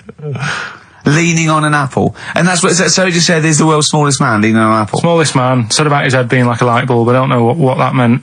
And I just thought, right, that'll do, that's that sorted, Cheeky Rig of the Week done. I think that was on like Monday, right? I found that, I thought that's done. Printed it off, forgot to get it off the photocopier. Someone's nicked it. Play a record. That you got to... You know, it's just... Steve. No, can I just say, no, Carl, please, if I say, let's have Cheeky Freak of the Week, and you haven't done your research, you haven't got the information, just tell us you can't do it. But don't lead us on. Don't say this on radio. Hold your hand up to me and go, how tall is that? It's nothing. That's this radio. Is nothing. It's nothing. I think it was that big because he was leaning on an apple. It's not enough information. But, imagine Trevor McDonald coming on, going, some news, some stuff. How big's that? How big do you think that is? Yeah. Because there was a fella, coming up after Chris Tarrant. Play a record. I'm angry. I'm actually angry. And if Monkey News is in any way similar, you've really pulled your finger out with that, have you? Mm-hmm. Good. Let's have Rockbusters answers next. Silence is easy. Star Sailor on XFM 104.9. Right, it's the quiz of the week. If you want to go out and do some shopping, this is probably a good time, and come back again for about 15:15. But don't forget, what I will say is, even though these clues, we're going to do songs of phrase, by the way, where Carl picks out a phrase that he might have said once, tries to find words from songs to put it together. You've got to guess as many as you can, song or artist, I can't remember. But even though you might look at it and go, that's mental, I don't know any of them, you might win if you get 2 right. I mean, I think the winner last week got about 3 out of 3 well, or I have 7. to be honest with you, I mean, last week, Rockbusters, surprisingly, was a very, very popular quiz. Yeah. It just happened to be awful. Yeah. This one is pitiful. I mean, it's truly atrocious. Yeah. And it really doesn't even have a fan base. I mean, there's no one championing this one, Carl. Last week, seriously, mate, I got about seven or 8 replies. Oh, God, that's terrible.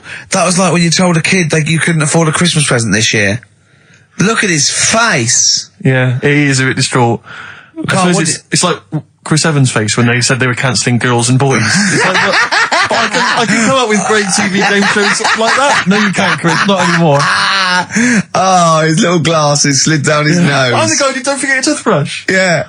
What was that money you owe me? No, you owe us. Oh, believe it. Alright, so... will I just play it to you and whatever, Carl? Try and work out what the phrase is? Sorry, it's a phrase that might have once been uttered on this show. It was said last week. Oh, right. All right, okay, brilliant. All right, here we go. I know you're just 16, but looking all of 21.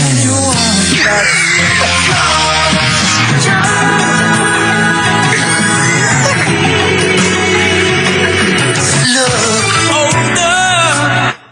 Right, I know what that is. That's ridiculous. What was it? What it is it's something like, right, you're only 16, but you look 26, and the Chinese look older than they are or something, because he said that the Chinese don't age well. That is mental, Carl. It's the most convoluted, ridiculous, racist piece of material ever to be uttered on radio. Play it again. I know you're just 16, but looking all of 21. That's...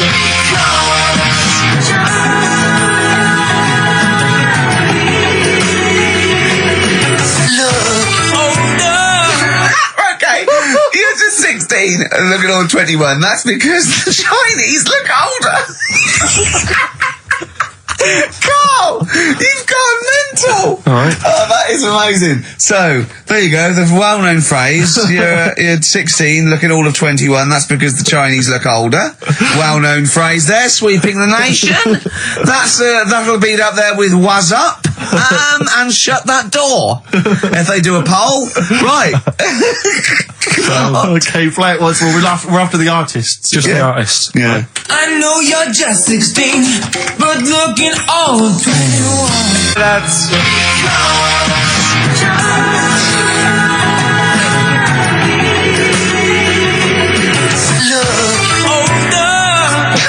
Unbelievable. All right, let me tell you what the prizes are. We've got, I assume this is the new album from Mower.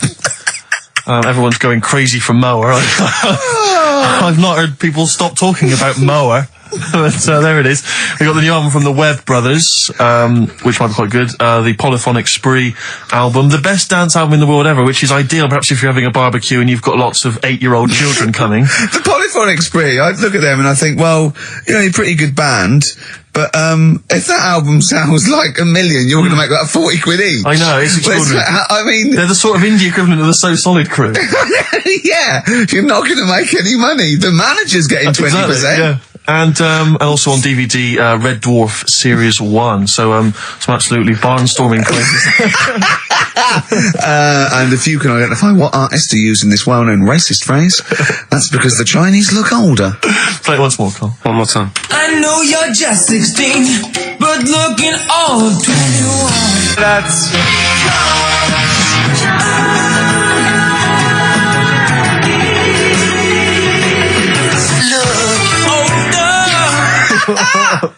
Oh, Ricky.Gervais at xfm.co.uk. Play a record. This is radio. Panic, the Smiths on XFM 104.9. Well, we've done the first half hour, which is mainly genital related. Then we've kicked in with some racism. You have to guess what artist. It seems just a couple of emails just to update you on what's coming in here. Go on. Natasha has emailed us. She says that she's of Chinese origin, and at 27 she often got mistaken for 24. So your notion that Chinese people don't age well is obviously factually incorrect. Yeah, well, we didn't need thank you for playing, but I mean, honestly, trust us, Natasha, we didn't need you to tell us that. We know Carl is talking absolute nonsense. Wait till you get to 30. Oh dear, now this is quite a nice email from Paul. He says, let Carl know that I have a Chinese friend called Oi. Imagine the confusing and amusing situations we get into. We're out and about in busy Soho. What's his surname? Come here.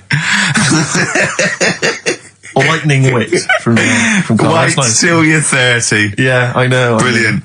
But no, actually, we've had a surprising response to Songs of Phrase this week, despite the fact everyone has agreed that it's racialist. They've nevertheless had a go. So keep your answers coming in, because we may as well. You're a hit, Carl. You're a hit. What, have we still got monkey news? Yeah, don't worry. Oh no, we got to do, look, play a record, we got to do the results. And then we got to do monkey news. Could we quickly do the results? Well, you say we've got to do the results. There's not people hanging on for them. Let's do it and just knock it out there before. Well, let's play a tune, let's come out and do it. Eddie and Hot Rods, yeah, surely. Carl, quick, the results, then monkey news. I need some monkey news, but I need the results first. Right, play it again and give the answers. Here we go. Songs of Phrase. Songs of Phrase. Name the artist. Name the artist. I know you're just 16, but looking all of 21. Hue and Cry. That's... Who's that? Hang on. It's not our fault. Well, that's Philip Bailey again. That's too little. Right, it was... That was Roxette. The Look. Yeah. Right, we had Hue and Cry started it off. Yeah. 16. That was Dean Martin. Because Jane's Addiction. Yeah.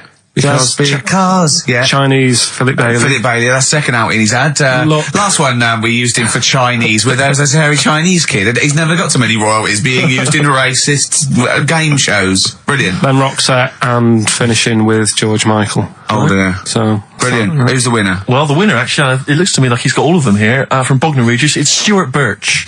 Well done, Stuart, and you get that bag of tat. Bognor Regis. Yep. Oh, just need his takes me address back as well. Yeah, if you just email in your address, Stuart, and you can have those goodies. If you're not interested, don't bother. Do you want to do you want to set up Songs of Phrase? Yeah. Oh, God. If you've not heard the show before... I thought we weren't doing this week. I thought we weren't. No, we'll do it once, right? And then next week's the last one, so we'll do Rockbusters. That might be the last one ever, depending on whether Carl decides to come back in October or not. I'm bored of it. I told you I'm bored of it. Why are you bored with it? I get bored quick with stuff. Yeah. I told Suzanne the other night, I was lucky she was, that I haven't got rid of her yet. She's... Do you know what I mean? Things... You put on a soft music though first, didn't you? You didn't just like start getting that around. You know you're a very lucky girl. Sorry? Well, I used to get bored with you and that. Yeah. Oh, dude. You're lucky you haven't pissed off. Yeah. Do you want all the champagne or what? Well, she was annoyed the other night. What's that on your ear? Don't worry about it. Where'd you get on? We're walking to the pictures, right? To go and see Bruce Almighty. Sure. Why? And, just something to say, innit? Yeah. So you were trying to sneak in the back. So, on the way, cutting across Leicester Square, and those fellas who sell roses, he comes over, do you want one? Do you want one? I said, don't do that, she's allergic to them. Right, so he'd go away. Yeah. She got all annoyed about that. Because she's not allergic to them. Well, she's not allergic now, but they're about £3 each. But the point of that, Carl, is not that she really wants a rose, it's that you're willing to spend £3 on her. Taking us to the pictures. How much was that? That was £8 each. Did you pay for it though? But didn't you ever... If I know you had her dressed up as a small child. Yeah. Me and my son, please. Or you made her sit on your shoulders and wear a long coat. Yeah, exactly. Anyway, listen, Songs of Phrase then. You paid for her to go in and then you went and had a pint while she watched it. Yeah, there's no point in both of us seeing it, but tell me about Tell it, me won't what it's like. Oh, right, Songs of Phrase. So let's explain what Songs of Phrase is. You do it. Okay. Oh, really? If you think that Carl is bored with life, then you will be even more bored once you have heard this particular quiz. The gist of it is that Carl has taken a well-known phrase. Well, no, I'll stop you there. Not a well-known phrase. Something that he said once. On this show. Yeah, probably. And he's somehow compiled together a number of different songs which have somehow built up that particular phrase or sentence. If it's anything about Chinese people, Philip Bailey will be involved. That's all I can say. Okay, let's hear it then, Carl.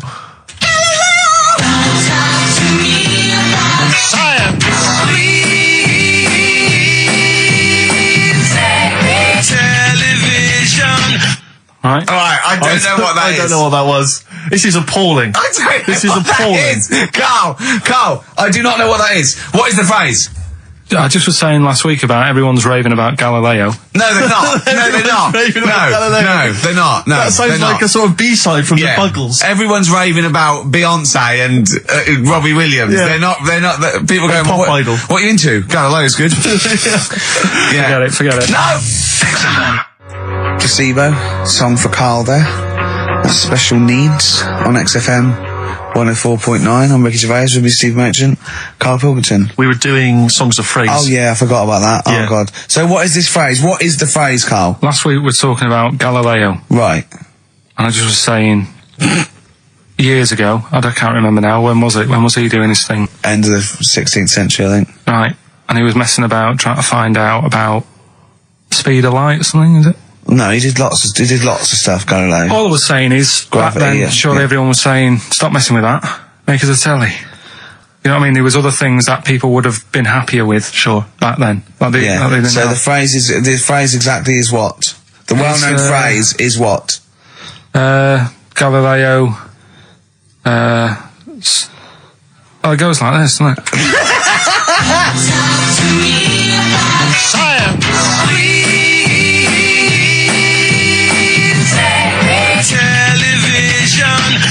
Right. So it's Galileo's stop talking to me about science. Make me television. Make me television. Yeah. So you email in with the bands and that. Brilliant. Right. That is rock bottom. I mean, the well-known phrase being Galileo, stop talking to me about science, make me television. As a well-known phrase is one of the weirdest things I've forget cheers out of windows and things like that. That is the weirdest thing I've heard on radio as a competition. Can we have that one next week? Okay, well, here are the prizes. If you think, Rick, if you think the quiz has hit rock bottom, wait till I tell you these prizes. No, brilliant. I know that we're very much pushing new music on XFM, and it's an alternative music station, so you'll be pleased that we're giving away now That's What I Call Music 55, featuring the likes of Busted and Daniel Bedingfield. Brilliant. You really know how to cater to our audience, don't you? The best dance album in the world, that includes DJ Sammy, Scooter, and Liberty X on there. So look forward to that. Yeah. This is not so bad. Nick Cave and the Bad Seeds, a live DVD of a, a performance, and some, pardon me again, but anyway. That basically sums up the prizes. So I won't tell you the rest, they're all monotonous. But anyway, I think those crisps, Rick, have gone down the wrong way. Although I was eating goulash earlier. Sorry. I'm fine. So anyway, yeah, that's some of the prizes. And you can win some tat. So, if you can identify these artists. The well-known phrase, Galileo, start talking to me about science, make me television.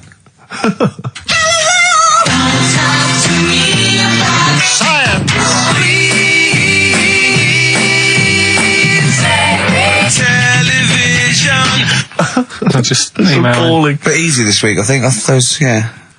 Play a record, Carl. I mean, it's ridiculous. Ricky.Gervais at xfm.co.uk. The Pixies. Answers rushing in, we should point out, for the quiz. Most of them agreeing that it's pointless. Some people have called it... It's Songs of Phrase, of course. Some people are referring to it now as Songs of Arse.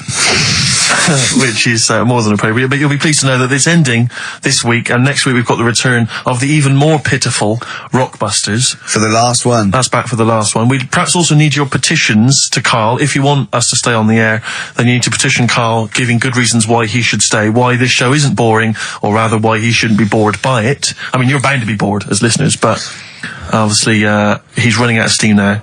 What are you fed up with? You're just fed up with, in general, are you? I mean, you want your Saturdays back, do you? Just want a bit of a life back, that's all. But you don't do anything with your life when you've got it. Why don't you do this instead of, like, your day job? Can't. It's more important than my day job, innit? That's what earns the company money and that. Know what I mean? Well. So...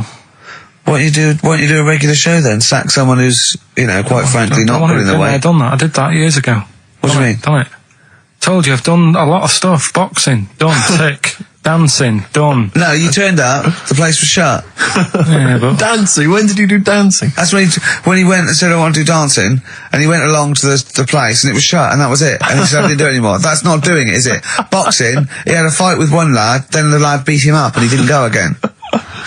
Oh dear, it's pathetic. Well, anyway, yeah, so this is basically our penultimate show. Next week's the final, and we're all looking forward to that enormously. Yeah. But that may be it forever then, and this, you know, all for one, all you know, one for all for one. The Three Musketeers, gone forever. Yeah. I, for one, will be pleased. Oh, I have to get some of these taped, because I like coming in and sort of, you know... Incidentally, Rick, don't be afraid to nick as many CDs as you see fit on that last show. People have already nicked them. No, I know, but just take whatever you want. That Four Non-Blondes is still there, isn't it? I think it's still there. Because I don't want that to be nicked. Yeah. And I've got a feeling, because I don't think there's any Smiths in the library, but there's quite a lot of Gina G. Really? What? What was that sigh for? Nothing. What? Ooh. Play a record. Monkey News is on the way, plus the results. This is radio. You've got to keep talking or playing music. Play some music? Yeah. I was going to say the winner. I don't think anyone cares. Oh, come on. Someone got all of them, didn't they? Well, okay, play it again then. This was Songs of Phrase. You did this. The well-known phrase is Galileo, stop talking about science, make me television.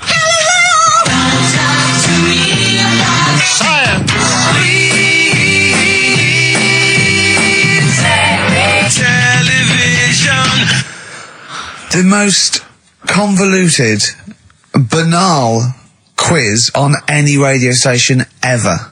I mean, I'm including Moyles, Chris Evans, do you know what I mean? Simon Bates. That's worse than anything they ever did. Apparently, Channel 5 have bought the rights. Anyway, what were the answers, Carl? We had Queen in there, Altered Images, Thomas Dolby. Yeah. Beatles, Aretha Franklin, and Red Hot Chili Peppers. Well, extraordinarily, Tracy and John Burton from Colchester and Essex got all of those right. Why they would want the prizes, I've no idea, but good luck to them. They can enjoy those at some point. God bless. Well, here we are again, XFM on a Saturday. Just gone 1 o'clock, Steve, if I'm very much mistaken. But we're not here as such. We're away again, gallivanting around. We've got to do the special sort of best of again. Okay. Which we did a few weeks ago. So this is the best of the last 3 weeks. Which I think is, I think it's the best 3 weeks we've ever had. But I'd like it condensed into 2 hours. Yeah. Yeah. Some great music as well in there. Yeah, there'll be some great music interspersed with fine chat that you've already heard. Yeah. Except this bit. This bit's new. We've actually, out of the kindness of our heart, we've come in last week. Yeah. Yeah. And we've done a few clips just because we felt a bit guilty about shooting off. Yeah. Even now, having heard this link, I'm beginning to wonder if it was worth our time. Yeah. Well, should we play a classic link? Let's play, what, from the last 3 weeks? After this is Feeder. All right, so here's the first bit. Ash, and Sometimes, lovely song. Got to apologise to our producer there because he was worried about it. There was nothing wrong with it. It's just like saying you like watching birds in the garden. It's just that I think you're better than that. I know, it's cheap, isn't it, to say like we like I tits. like tits. Yeah, I like cocks. So I'm a bit more literary now. One of my favourite things is Fanny by Gaslight. Really? That's interesting. That's interesting. I'm a big fan of Moby Dick. The book, Moby Dick. Yeah, not the medical condition. There's nothing in your no. It's the big horrible thing that used to swallow semen. Yeah. Now in the winter. Yeah. Steve, go on. There's nothing I like more than to keep my hands warm in a muff. No, sure. You mean those kind of furry things that sort of classy looking ladies?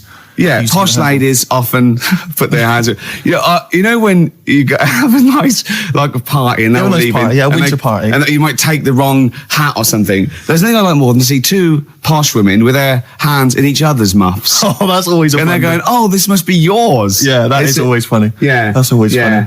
Yeah.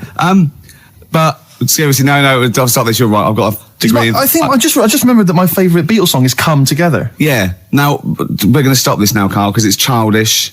You're right. I've got a philosophy degree, for Christ's sake, and it's about time. Who's your favourite philosopher? Do you mind me asking? Well, I would tell you, except when I have a talk about it, I go into a Cockney accent. Really? So it can be like my favourite philosopher. I like a bit of Kant. Right. Is that Immanuel Kant, the philosopher? Yeah. That's strange. Yeah. That's strange. What's his name again? Kant. Oh, yeah. That can be weird. Can be strange. Look at Carl's face. Look at his face. Join in, Carl. Undo your trousers. We'll be like Stan Boardman when he told the Fokker joke.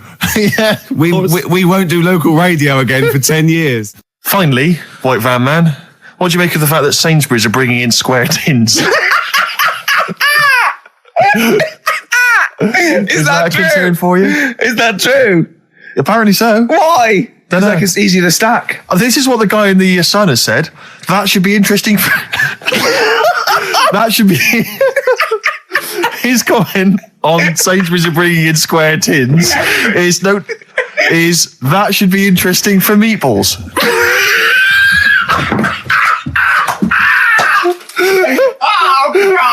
Ricky's just collapsed on the floor. Let's just play a song, Carl. I don't think even you can top that. Cooper Temple Claws. Who needs enemies? Good question, lads. Nobody. This is XFM 104.9. I'm Ricky Gervais. Oh, they should print a little book of those. They're great. Oh, how you can relate any song or artist to anything else. Easy. Joyful. Easy. Well, yeah. So me and Carl went out for a beer, and it was great, wasn't it? Yeah, we started off, and you met my mate Robin, didn't you? Yeah. And some of the stories. Do you want to tell Steve some things about Robin that you've done? Do you know him well? Yes. Well, do you know about his worm problem as a kid? Go on. Right. What I can remember is he had worms as a kid. Not sure how you get him. He never answered me. He was getting a bit touchy about it. Right. This is like the second time I met him. I think he was a bit annoyed that Ricky told me about his problem. What now? Now, straight away, you not being there, instinctively, what do you think went on with this story about worms? My suspicion is rather like when you told a group of people that Robin had once suckled milk from a cow's udder. Did he mention that as well? Yeah. My suspicion is that, like the cow story, the worm story is not true. But why would he get so sort of uppity about it? Well, imagine if that wasn't the first time he'd done it. Imagine if he did that every single time he was with somebody for the first time and Robin was just met them. He will tell that story to anyone. But they do say there's no smoke without fire. Robin. I also told him that the way Robin cured these worms was because the doctor told his mother, right, to hold a piece of ham or cheese near Robin's anus so the worms would come out for the food, and he believed it. I'll tell you why, though. I said to Robin used to sit on spam to try and get the worms out, and he believed it. But Steve, right, do you remember that story about 3 or 4 years ago where there was some bloke in the army? He went away to somewhere, Vietnam or whatever. He was messing about in the woods.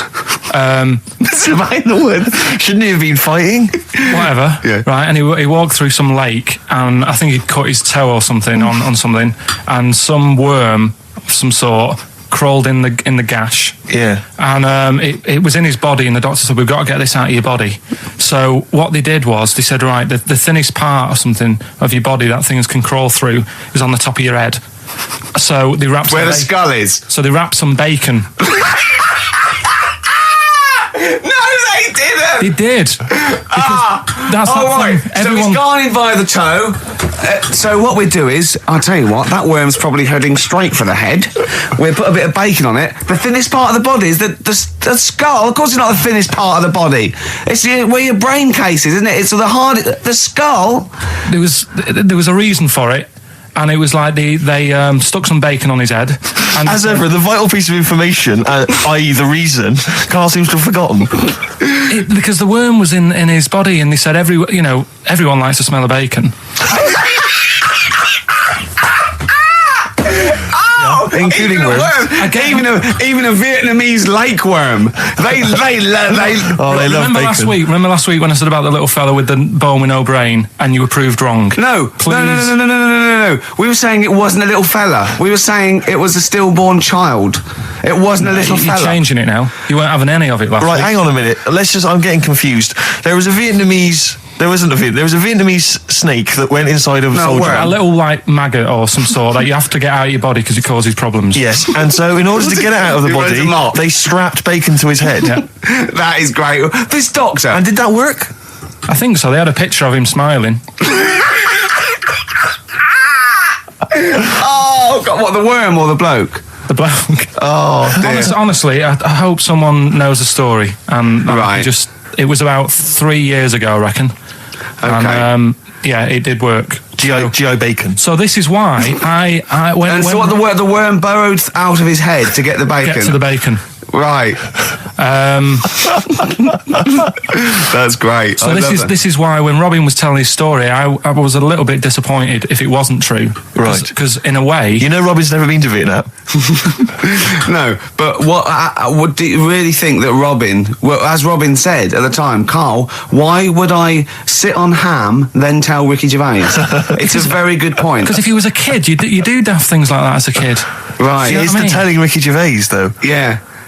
And then, bless him. Okay. And then anyway, Robin left, and I tried to chase him, but he got away. He knows that and then we had a few pints, and then Carl embarked on some of the greatest stories ever told. Can you tell the story about your dad?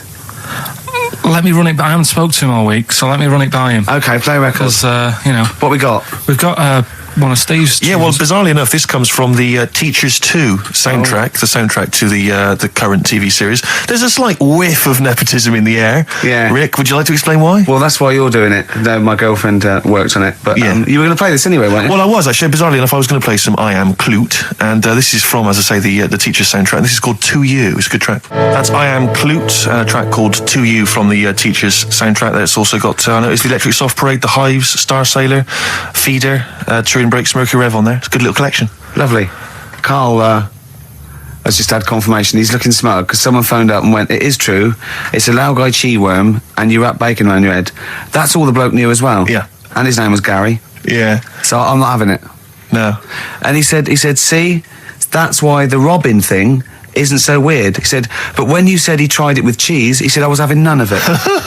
He's got standards. Strokes, hard to explain. Like Carl, really? Yes. So, Carl, concentrate. Yeah, go on. So, we'll leave the worm with the bacon wrapped around the head, shall we? Well, if you're ever caught in the jungle... Yeah, always carry some... bit of Danish. Good advice, lovely. I'm Ricky Gervais, with me Stephen Merchant and Karl Pilkington, our producer. Right. In inverted commas, heat put. Yeah. They know. How you doing, all right, Carl? Yeah, didn't they also write something about me, bald round head? Yes, perfectly round little bald man head, they said, so... Because you need to know that when you listen to the radio on that. Really matters what my hair's doing. Your hair, have you given it a little polish? Because you look like a cue ball at the moment, and you've had a shave in it. I've never seen such a round head. It actually looks like a plate with ears. Yeah, well, for those that have never seen Carl, I actually, if you remember, I think he looks a little bit like Mr. Spoon from Button Moon. He does. If you've ever seen that show, also he looks like, you know when they say they find with a little 4-foot human and it's actually 500,000 years old and they give it a name and it's the first, Australopithecus into. He looks like one of them as well. Perfectly round little. He is the missing link. He looks half human, half monkey. Because he's got a slight slouch as well. So yeah, it's like those pictures where you see it going from an ape to a man. He's one of those in the middle. Yeah, and of course his monkey hands, his hairy little wrist to those skinny little things that you can get oranges out of holes with, and it's unbelievable. Why are you so all shaved and polished and everything? Got a wedding. What? Got to go to a wedding today, so thought I'd clean myself up a bit. Yeah. Shouldn't you be wearing a suit or something? No, I'll go home and put something on. Oh, okay. But Suzanne said, make an effort. I sort of had a shave and that, and then I came out of the bathroom. She said, "Oh, your head looks a bit sort of eggish." She's right. She always worries about when I have a shave because I just, That's your girlfriend, Carl. I know. Saying that. Just think. So don't worry about Heat saying it. The funny thing is, it's Boyd Hilton, I think, of Heat that wrote it. And he's got a little bald head. Yeah, no, don't slag him off. Yeah, but on the end of his review, does it say, written by Baldy Boyd? No, because it doesn't matter, it's a magazine. Don't worry about it. Looking forward to the wedding? A bit boring, innit? But you gotta do it. They've probably been listening. Should we do a shot? No, it'll be a great day for them, but I know what will happen. Suzanne will see, all the fuss and that, and then she'll get ideas, and I'll have to let her down and all that. Why is it you don't want to get married again? I always forget. It's just... who's it for at the end of the day? I've been with Suzanne for 11 years, right? Sure. We're happy. Well, I am. That's what counts. You're never happy. I am. I'm all right. Yeah, no, I know you're happy with Suzanne and everything, but apart from that, you're never happy. You are the most grumpy, moany thing in the world. I mean, I get annoyed, but I'm always happy. I was annoyed here. I was happy coming here, but there was a bloke behind me walking and scuffing his feet. He had a pair of those stupid skulls on, and he was clicking and scuffing. Wear some shoes. You don't have to click. Pick your feet up. Flip-flops annoy me. But I'm happy. I'm just annoyed. You are just like, oh, the world's on me. It's rubbish, this. I know the world's great. It's just sometimes people annoy me by being there, But Steve said I should be locked in one of those towers that princesses used to be locked in fairy tales, because everything annoys me. But you're grumpy. I'm not. I'm all right. XFM 104.9. We're not here. This next clip is one of my favourite clips. Look, it needs no introduction. Here it is. Right, okay, educating Ricky. What have we got? Airy Chinese kid, go on. Right, yeah. This is the... I didn't want to do this. Really? You didn't want to do it? Well, I wanted to give you 3, and I gave you one. It was like the alien man gets a beard or whatever. Yeah, which was total rubbish, so this one should be better, maybe. Hairy Chinese kid. Right, well, we've talked about hairy people in the past. True enough. Aren't we? Yeah. The little kids who grew up in woods and hung around with wolves and that. Yeah, again, you're confusing it. Yeah, they're not. There were some people that were born very hirsute. They were not the people who were brought up with wolves. You just put that together in your Homer Simpson type mind. Right, well, this is like a sort of close to that sort of story.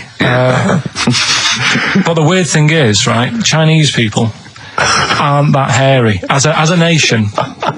No, seriously, that's a well-known fact. They don't have that much body hair and stuff. Okay. So this little kid who was born over there, he was like covered in stuff. Was he? And it was only his nose that wasn't hairy. The rest of his body was caked in hair, right?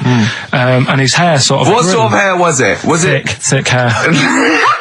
No, what I mean is, was it sort of like a pony's mane, so he just looked like an Ewok? You know what I mean? Just like hanging down sort of straight, dark hair. In the picture, it looked like it grows from his eyebrow. It grows from his eyebrows quite thick, and then it just goes all the way over his head. You don't think it was just really long eyebrows that he'd done a comb over? No, it was all over his body. It had a picture of like his back and that. Yeah. And had he styled it? Had he styled it at all? Did he have it in a quiff or? No, it was just hanging all over him. Yeah. And they were like, this is a bit weird happening in China, where we're not normally that hairy. That was the scientist speaking there. And the local press and that were getting him down, calling him Monkey Boy and all this. And thinking Chinese press. But the doctor, they're cruel, aren't they? It's like those game shows. That's Japanese, isn't it? Yeah. And the doctor said, I was Carl talking through all that time while we were just like talking to each other then. Because I turned round and I still saw he was talking. So anyway, the local press came in to see the hairy boy, the monkey boy. And they were like being tight, taking the mickey out of him, and the doctor said, throwing him nuts. Said he's only hairy. Said he's a healthy young kid. The only faults he's got is he's got a little bit of eczema and a boil. And he said everybody should just treat him the same, and I think he grew up a healthy kid. So that's the end of the story. That's not a story. Why? But I've got nothing. I don't know what to say to that. So someone in China was born slightly hairier than the rest, and he was normal apart from eczema and a boil. That to me isn't a story.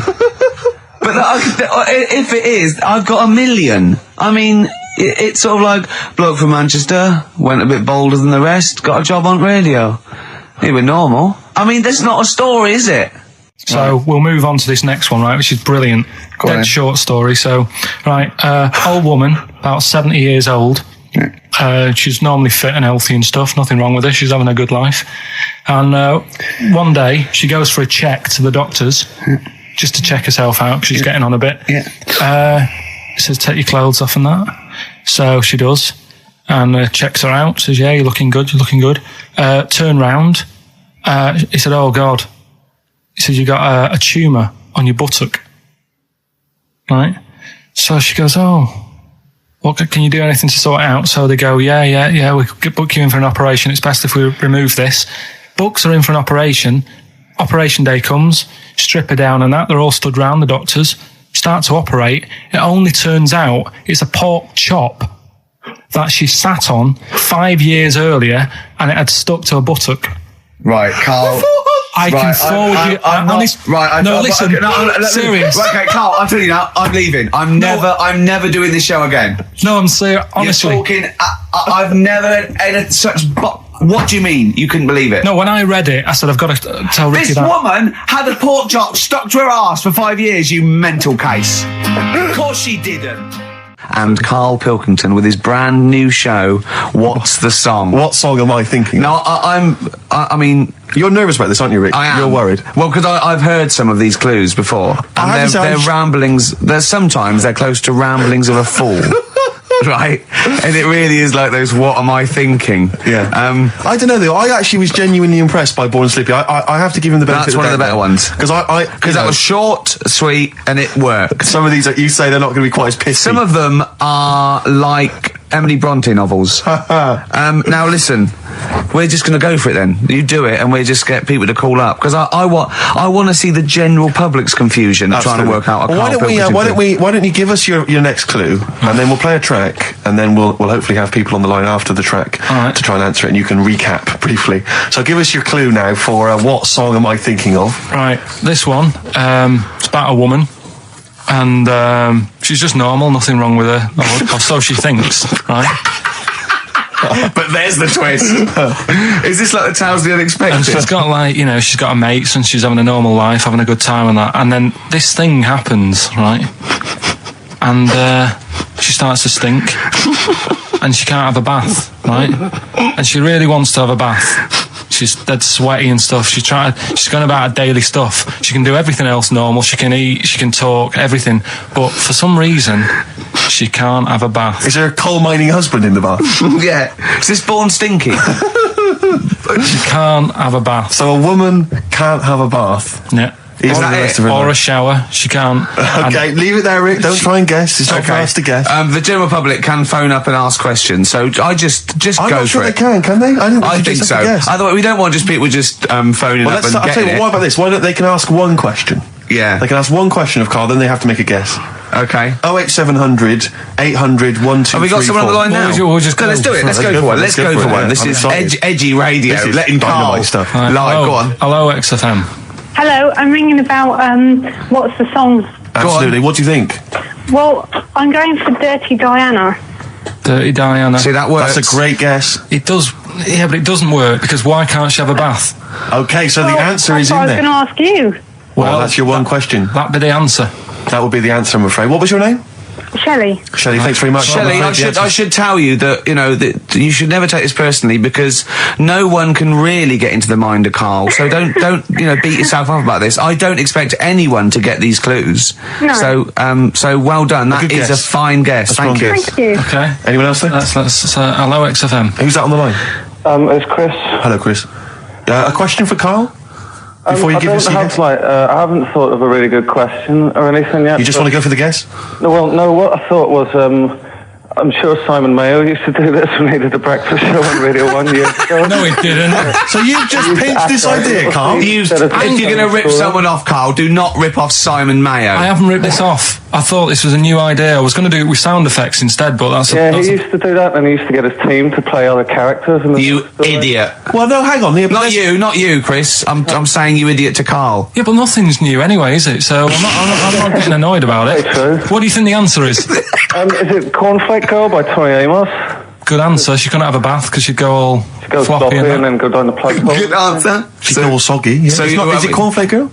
No, it's not, but that's a great answer. It could have been. All right. Okay. You're already seeing the error of this, aren't you? I think this is great radio. I'm really hooked on this. I'm genuinely excited. This is really like that.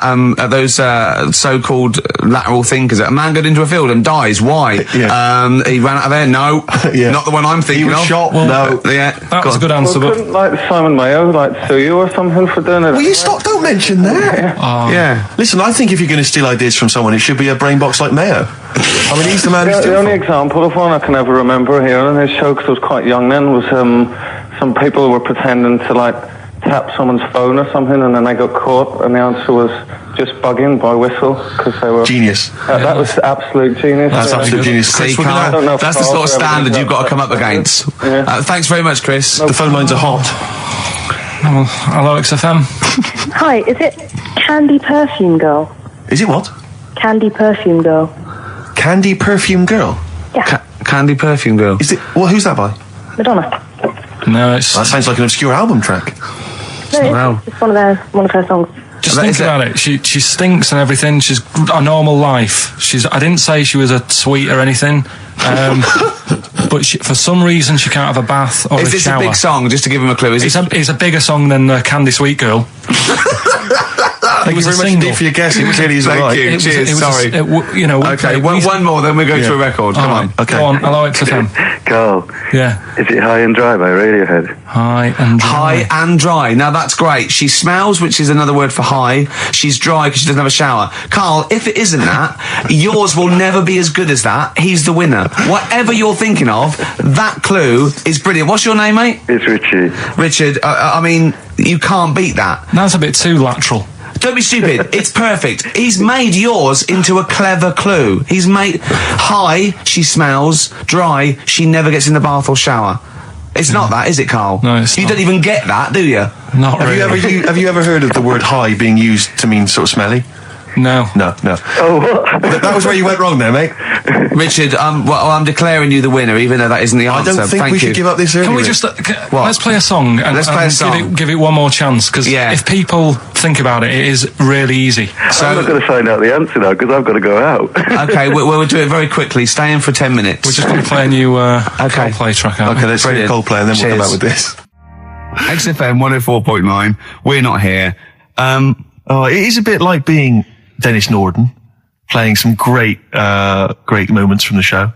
I just imagine Dennis Norden one day, sort of just like waking up out of his stupor. He's doing this, and he'd go into the producer and go, I've just seen a couple of my programmes. I just saw It'll Be Right on the Night 18. It's shit.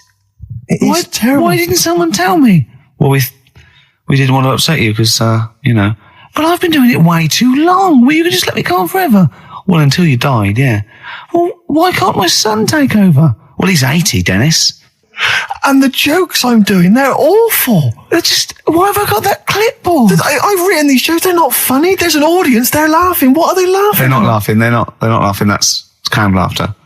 Who are those audience? Who goes to an audience for It'll Be Right on the Night? A lot of them are older than you. It can't be right. Do you know we have a 15% fatality in one of your audiences?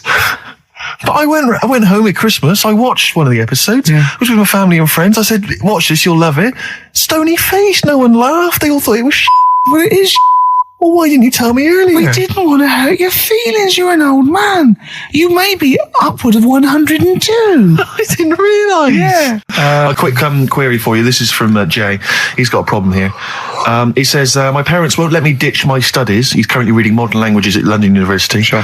He wants to follow his dream, but his parents won't let him, of being a dancer.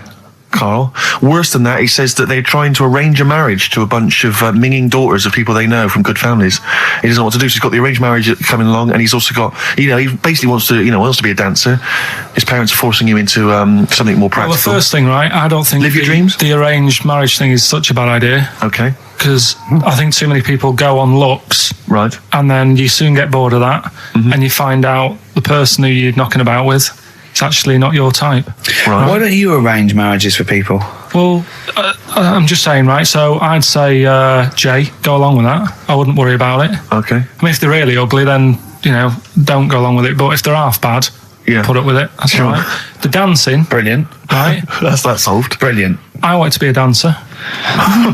After I did the boxing, right, I joined a dancing thing just near Man United's ground, right, called Twiggy's. Went along, I wanted to learn some moves. How old were you? Well, it was when Michael Jackson was pretty big, so about 83, 84, 85, something like that, around there. Wanted to do it. When I went, it was shut and it had become like a warehouse for toilet rolls. So in a way, I wonder what would have happened. Sorry, how is that an anecdote about you going through dancing? You've told me before you did boxing for a while, you did dancing for a while. You had the true fight in the boxing. You didn't even get in the. That's not an. Imagine if that was a film. This is a boy's dreams of becoming a dancer. Oh, it's shut. Next on. I mean, how is that a story? Yeah, that was Billy Elliot. Do you think it won quite as many awards? Yeah, brilliant. Footloose. All right, I'm fed up. They banned it. Let's go. Oh, it's shut. Flash dance. First, there was. It's a warehouse. Never mind. I'm just saying, you'll find something else. I think I got a go-kart after that. I bought a motorised go-kart and kept myself busy with that. So. There's always other just things. Think Alan Bennett has to sit down and really sweat over his stories. Yeah. He just opens his mouth. You are a living Alan Bennett character. So that's solved. Well, Jay, don't worry about that. There's no emotional problems I can foresee if you follow that advice. So the advice there is do an arranged marriage if she's not ugly. minging, if she's not completely minging. And don't worry about dancing. Get a go-kart. Cheers. Great. Well, I didn't really want to make it a Christmassy type show because I don't really like it. Oh, he's done it again. What, you did Christmas once, didn't like it? No, my dad always said... Oh, right, steady on. Dad said Christmas morning was for for me. So he used to stay in bed. So he never... That's brilliant. That's a great thing to say, isn't it? Yeah. Christmas morning's for you. Run wild. Do what you want. Just don't bother me. I'm going to Honolulu for 2 weeks. That's great. Dad, it's Christmas. Do I have to do anything? No. So my mum used to get up because she used to like to see my face light up, you know, when I open my presents.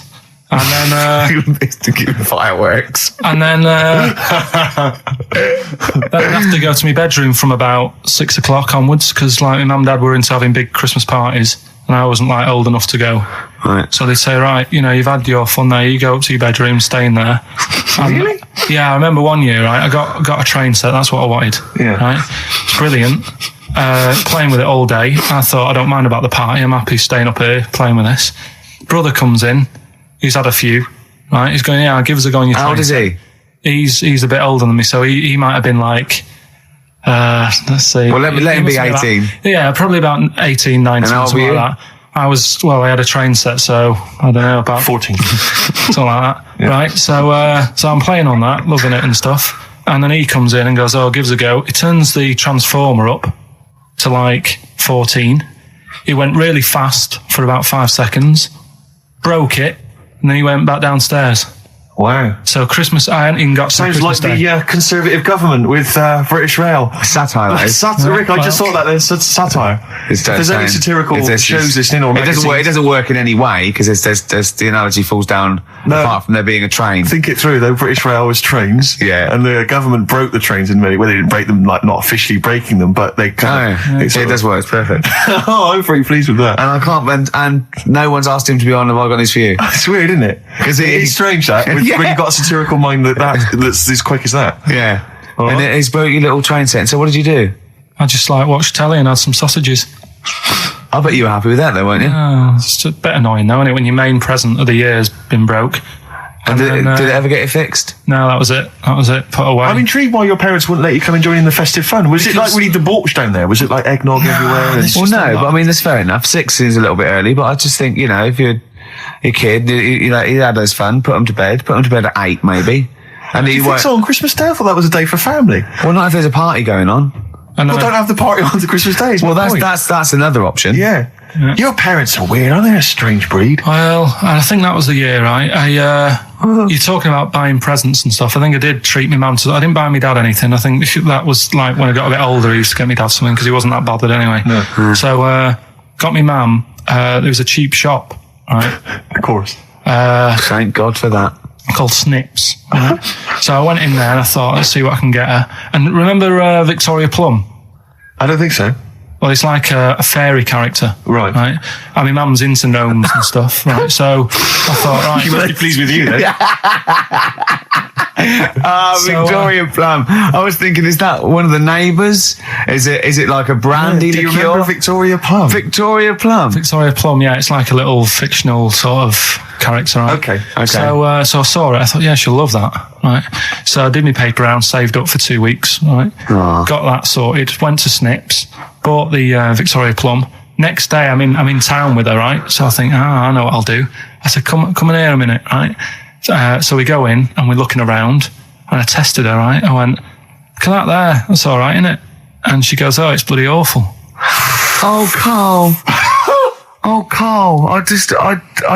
Oh, God. So then Christmas Day comes. I said, don't bother opening it. She said, no, why? I said, no, why did you still give it to her? So, well, it's too late. I'd already bought it.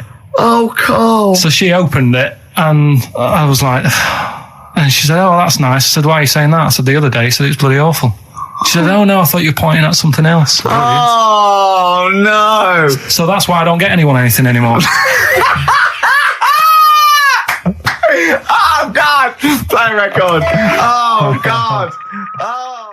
So we get onto conversations. Talking about, he's asking me stuff about evolution. Tell me that. Why did the giraffe? What's that rubbish about the giraffe getting a long neck? I said, well, it didn't try and get a long neck. It was selected because, anyway, I went into evolution for him, and he said, but why would evolution do that? I went, well, you think that evolution didn't do anything. There's not this consciousness, there's not this will that a giraffe has to stretch its neck to reach the leaves. One had a long enough neck to survive and pass it. He was going, yeah, but why did evolution? This isn't. But by the way, this isn't the most stupid thing. This is warming up. This is about 8:45. Right? He said, why didn't evolution make a giraffe good at carpentry so it could build a ladder? Right. Yeah. Okay. No. All right. Okay. So he's thinking around it. He's trying to pick holes in evolution. Yeah. We get on to, I said, well, things are, I said, we can see the speed of evolution in lower life forms like bacteria, viruses, they evolved. That's why soon we won't have an antibiotic that can kill some certain bacterial strains. And he said, and this is about 11:30, and I said, I'm going to bed, right? He said, in the future, they reckon that you'll be able to wake up and eat a yogurt you can have a chat with. I don't know what that means. Let's put a song on, right? No, and we'll come back to it. So you're going to explain that? Yeah. You've got an explanation? The Verve and Sonic on XFM 104.9. I'm Ricky Gervais, with me Steve Merchant and Karl Pilkington. So let's just get this right. What did Karl say? He's just specifically giving those words again. He said, they reckon, and I said, I'm going to bed. He went, no, really? I said, no, I'm going to bed, Karl. There's no point now, because, I mean, it's just like you're talking gobbledygook. You know what I mean? I might as well talk to a pot plant. Yeah. He said, in the future, they reckon, I don't know who they are. Sure. I don't know, people who post things on the internet that he reads. I think the Telegraph. Anyway, complete the sentence. They reckon that in the future you'll be able to wake up. I love it. There's always a little scenario, an embellishment, like this little. Oh, hello, darling. It's your yogurt. Hello.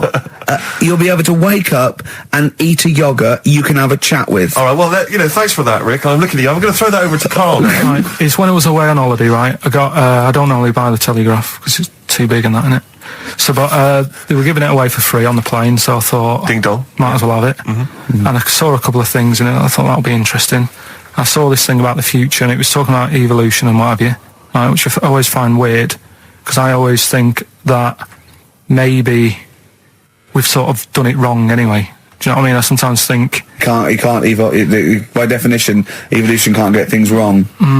Things change, that it's not successful, it can't pass on its genetic material, but if you're around, it's working. If you're around, it's working. Slugs are as evolved as they need to be. Slugs are as evolved as you and me. That's true enough. Yeah. No disrespect, but it works. It works. Sorry, but anyway, what's your point, Karl? No, I mean, I think we probably would have been better off staying as a fish. Just because there's more water than land, isn't there? Right. And you wouldn't drown. This is why I went to bed. No, I'm thinking of dozing off now. Yeah. No, but it went. Do you know what I mean? From what was it? It was bacteria. It was fish, mermaid, man, onwards and what have you. So anyway. Oh God! No, there are a few knowledge gaps in your theory of evolution. All right, you generally got it right though. So I mean, basically, yeah, it went bacteria, fish, mermaid, man. What next is the big question. So it was telling you all about this and what have you, and saying how like we shouldn't have interfered, because maybe if we wouldn't have invented planes and what have you, maybe we'd be able to fly and what have you if we really needed to and stuff like that. Okay. So we've interfered with evolution, you see. Right. Well, then it was saying, well, what's the future got? Well, yes, in one way we have interfered with evolution. Yeah, the evolution of the human being in society is changing. It's no longer based on the strongest or the fittest, because medical science can keep us alive long enough.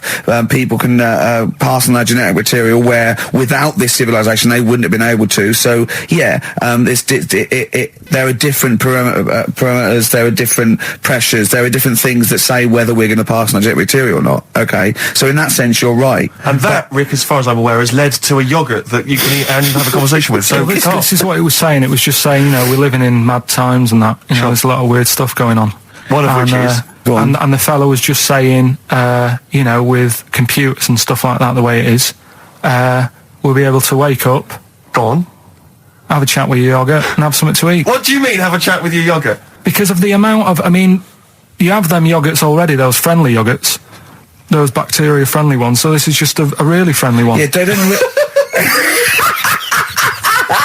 Oh, God! I'm my best! Do you know what, sometimes, Karl, I think that we're having a chat with a yogurt. Do you know what I mean? There can't be any difference. Yeah, but then I'm always reminded that would be more entertaining. That would be more informative. That was Jane's Addiction. This is the Best Of Show on XFM 104.9. I'm Ricky Gervais, with me Stephen Merchant. Yes. This was a clip show. We recorded this a couple of weeks ago. I hope you had a Merry Christmas. It's not over yet, because tonight at 9:50 is the second part of The Office Christmas specials. It's brilliant. Watch it, and we'll be back next week live. I'm Ricky Gervais. With me, Stephen Merchant. Bye. Have a great new year. Class. Rock the Casbah. I love the fact you had at least 3 minutes to get that right. I know. Prepare and get that right. I know, but my mouth was full of Maryland cookies. Yeah. You know, last week, and this would blow your mind. He came in, do you know what he'd bought? For himself, about 10 penguins. Who buys penguins still? I know. All wagon wheels. Oh, I've never liked wagon wheels. Have you not been a fan? No, but I was sorry about that. It's The Clash and Rock the Casbah. Talking about records, have I told you that time my brother-in-law, he was moving out of his place, I think moving in with my sister, and I was about like, I don't know, 13, and so he was about 30, and I moved in, and he brought round all his records when he was storage to leave them at our house, right? And he had all these old sort of records, 50s and 60s records, and they put them upstairs, and I was looking through them, and it's just all like Elvis stuff and Beatles stuff, and there was a mate of mine who loved Elvis, okay, and he had loads of chemicals. Yeah, he had loads of chemicals, and I was into chemistry, and he said, "Let's swap me some chemicals for them." So I sort of nicked about 5 Elvis singles, and I got all these chemicals, and then the guilt just hit me. I just thought, well, he's going to notice that. And one night, I just came downstairs and I confessed to my mum. And she went, all right, well, I won't tell him, but you've got to be good. And it's sort of like I was just really, really good for a year.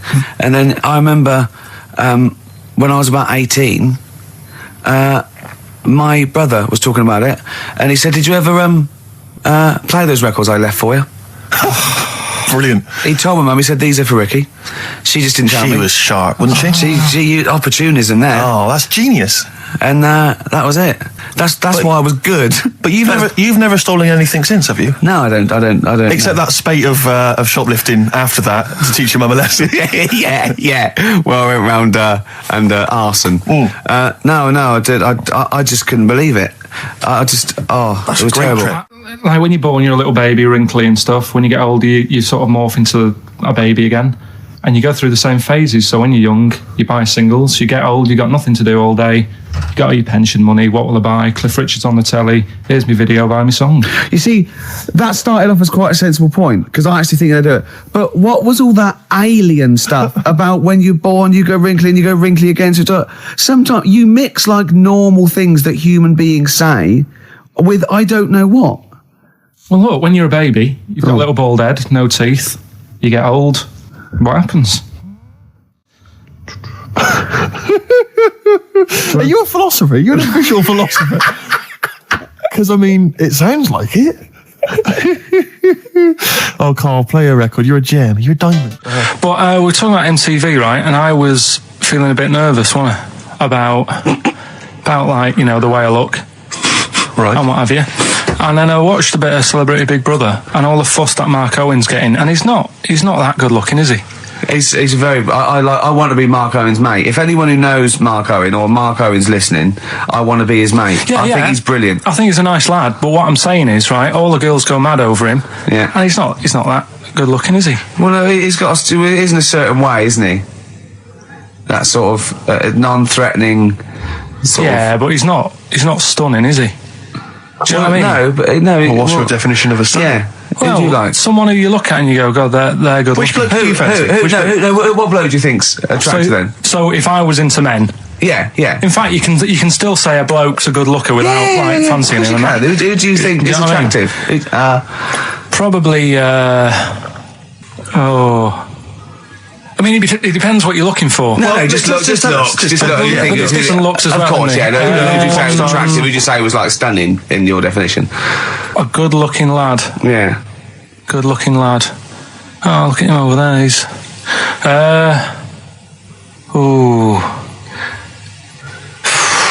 Do you find, Robbie Williams? Do you find him attractive? Boy Next Door. Look. No. Who do you? Carl, hurry up, because it's we've only got 2 hours. Probably. Do you know? I can't think of one offhand. Mark Owen is pretty good looking then, really. There's not. Just name one bloke that you think's an attractive guy. There must be one bloke that you've either met or that you've seen in a pub or on a poster. Tell you what. Go on. Tell you what. works here. Young Alex Zane. Alex! Well, we know Alex, maybe we can fix you up. Oh, I love you, Alex. You got I just like the way, the things that interest me, I remember. Things like snakes not having ears and stuff. Yes. I didn't have to read about that. No, you just learned that, yeah. You saw it on the telly, didn't you? You saw it on that Ian Wright programme. Yeah. Yeah. And this is what Carl said to me. He said, it's actually, I called Carl up in the week, and Reese was with him. Reese used to be on XFM, and he took the phone, and he went, Carl's worried, I've seen that programme. He said, snakes don't have ears, right? He said, so you can creep up on them and pick them up. And he said, Carl's worried. He said, how'd you ever put them down again? Because then they know you're there. I woke up the other night quite late. Worried about that. And I said to my girlfriend, I said, how do you put a snake down? And she said, what are you talking about? I said, that Ian Wright thing, this guy managed to pick up a snake. And do you know that thing where they clamp its head on a jar to get the poison out? I do now. Right? They did that, but they didn't show you how they got rid of it. And I thought, it could really get nasty, because it's obviously annoyed that you've had its head pressed in the jar. Yeah. Right? They hate that. Now... Especially as it's in front of their mates. When you lift it off, right, you've got hold of it. Yeah.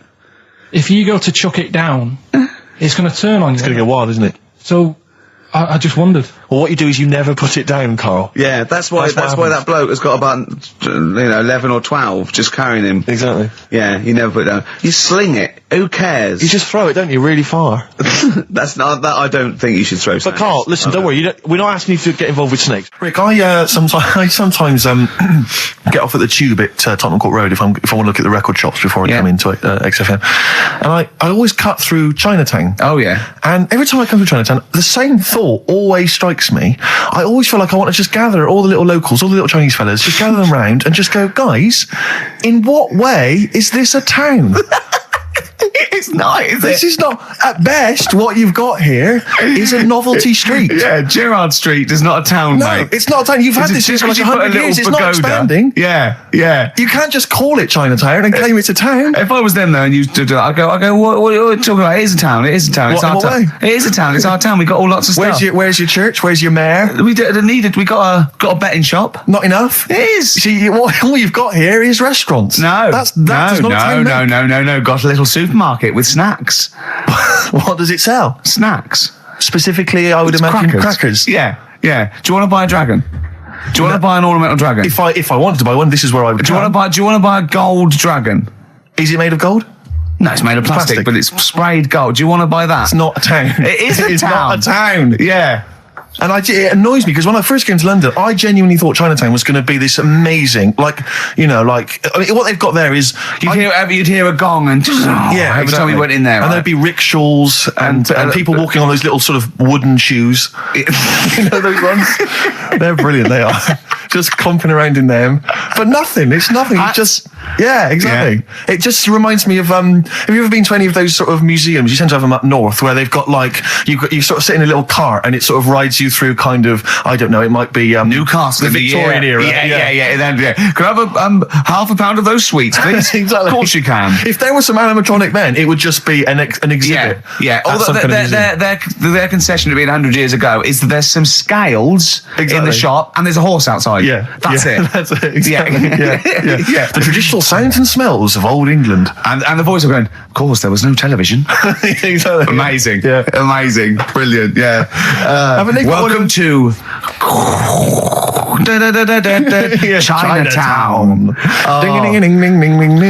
So it's not. Yeah, it's a good point. Is that a piece of traditional music? Ding, ding, ding, ding, ding. Yeah. Is that some traditional Chinese music, or is that music that someone in this country wrote, thinking it sounded like Chinese music? I think it was the Vapors, wasn't it? Oh, is that what it is? That? That's the music. But are you sure they didn't take that from some other source? It's that pentatonic scale, isn't it? What is it called? It's the black notes on the piano. Right, that's the one I can play along with EastEnders. Yeah. Do you know what I don't get with it? Go on. Chinatown. Yeah, Chinatown, because I always walk through it on the way to work. A couple of things annoy me. First of all, I think it's bad business, just because if you've got a Chinese restaurant, put it somewhere where there isn't any others. It's a good point. Yeah, but it's also a community. They're not just a theme park for for other people. I ended up. I remember going out one night with Suzanne, some friends, and you got there, and there's so much choice. It's that dilemma of, forget it. Well, not really. Specifically, do you fancy Chinese? Well, no. But why do you go to the one with the dead ducks hanging in the window? That's my favourite. That's the other thing as well. It's like normally you put your good stuff in the window. If that's what's in the window, yeah. Yeah. And the other thing that annoys me, walking through it today, there's always lard on the floor. What, in the street? In the street. It is, honestly. I'm scared I'm going to slip over. It's because all the restaurants and that. But why is it? That's another point. Well, it's not oozing out of the restaurants. No, but why is it? I don't know what they do. Careful. Listen, no, but why is That's why they used to wear those little wooden shoes. No, okay, we've got... No, but the thing is as well, they try and wash it with water, which doesn't work with lard, and it's like oil. Famously, yeah. You know what I mean? Even I know that. Yeah, you got to scrub it. So, you think sorted that out. Yeah. You think they'd know, wouldn't you? Yeah. All right. Anyway, thanks for your thoughts on Chinatown, Carl.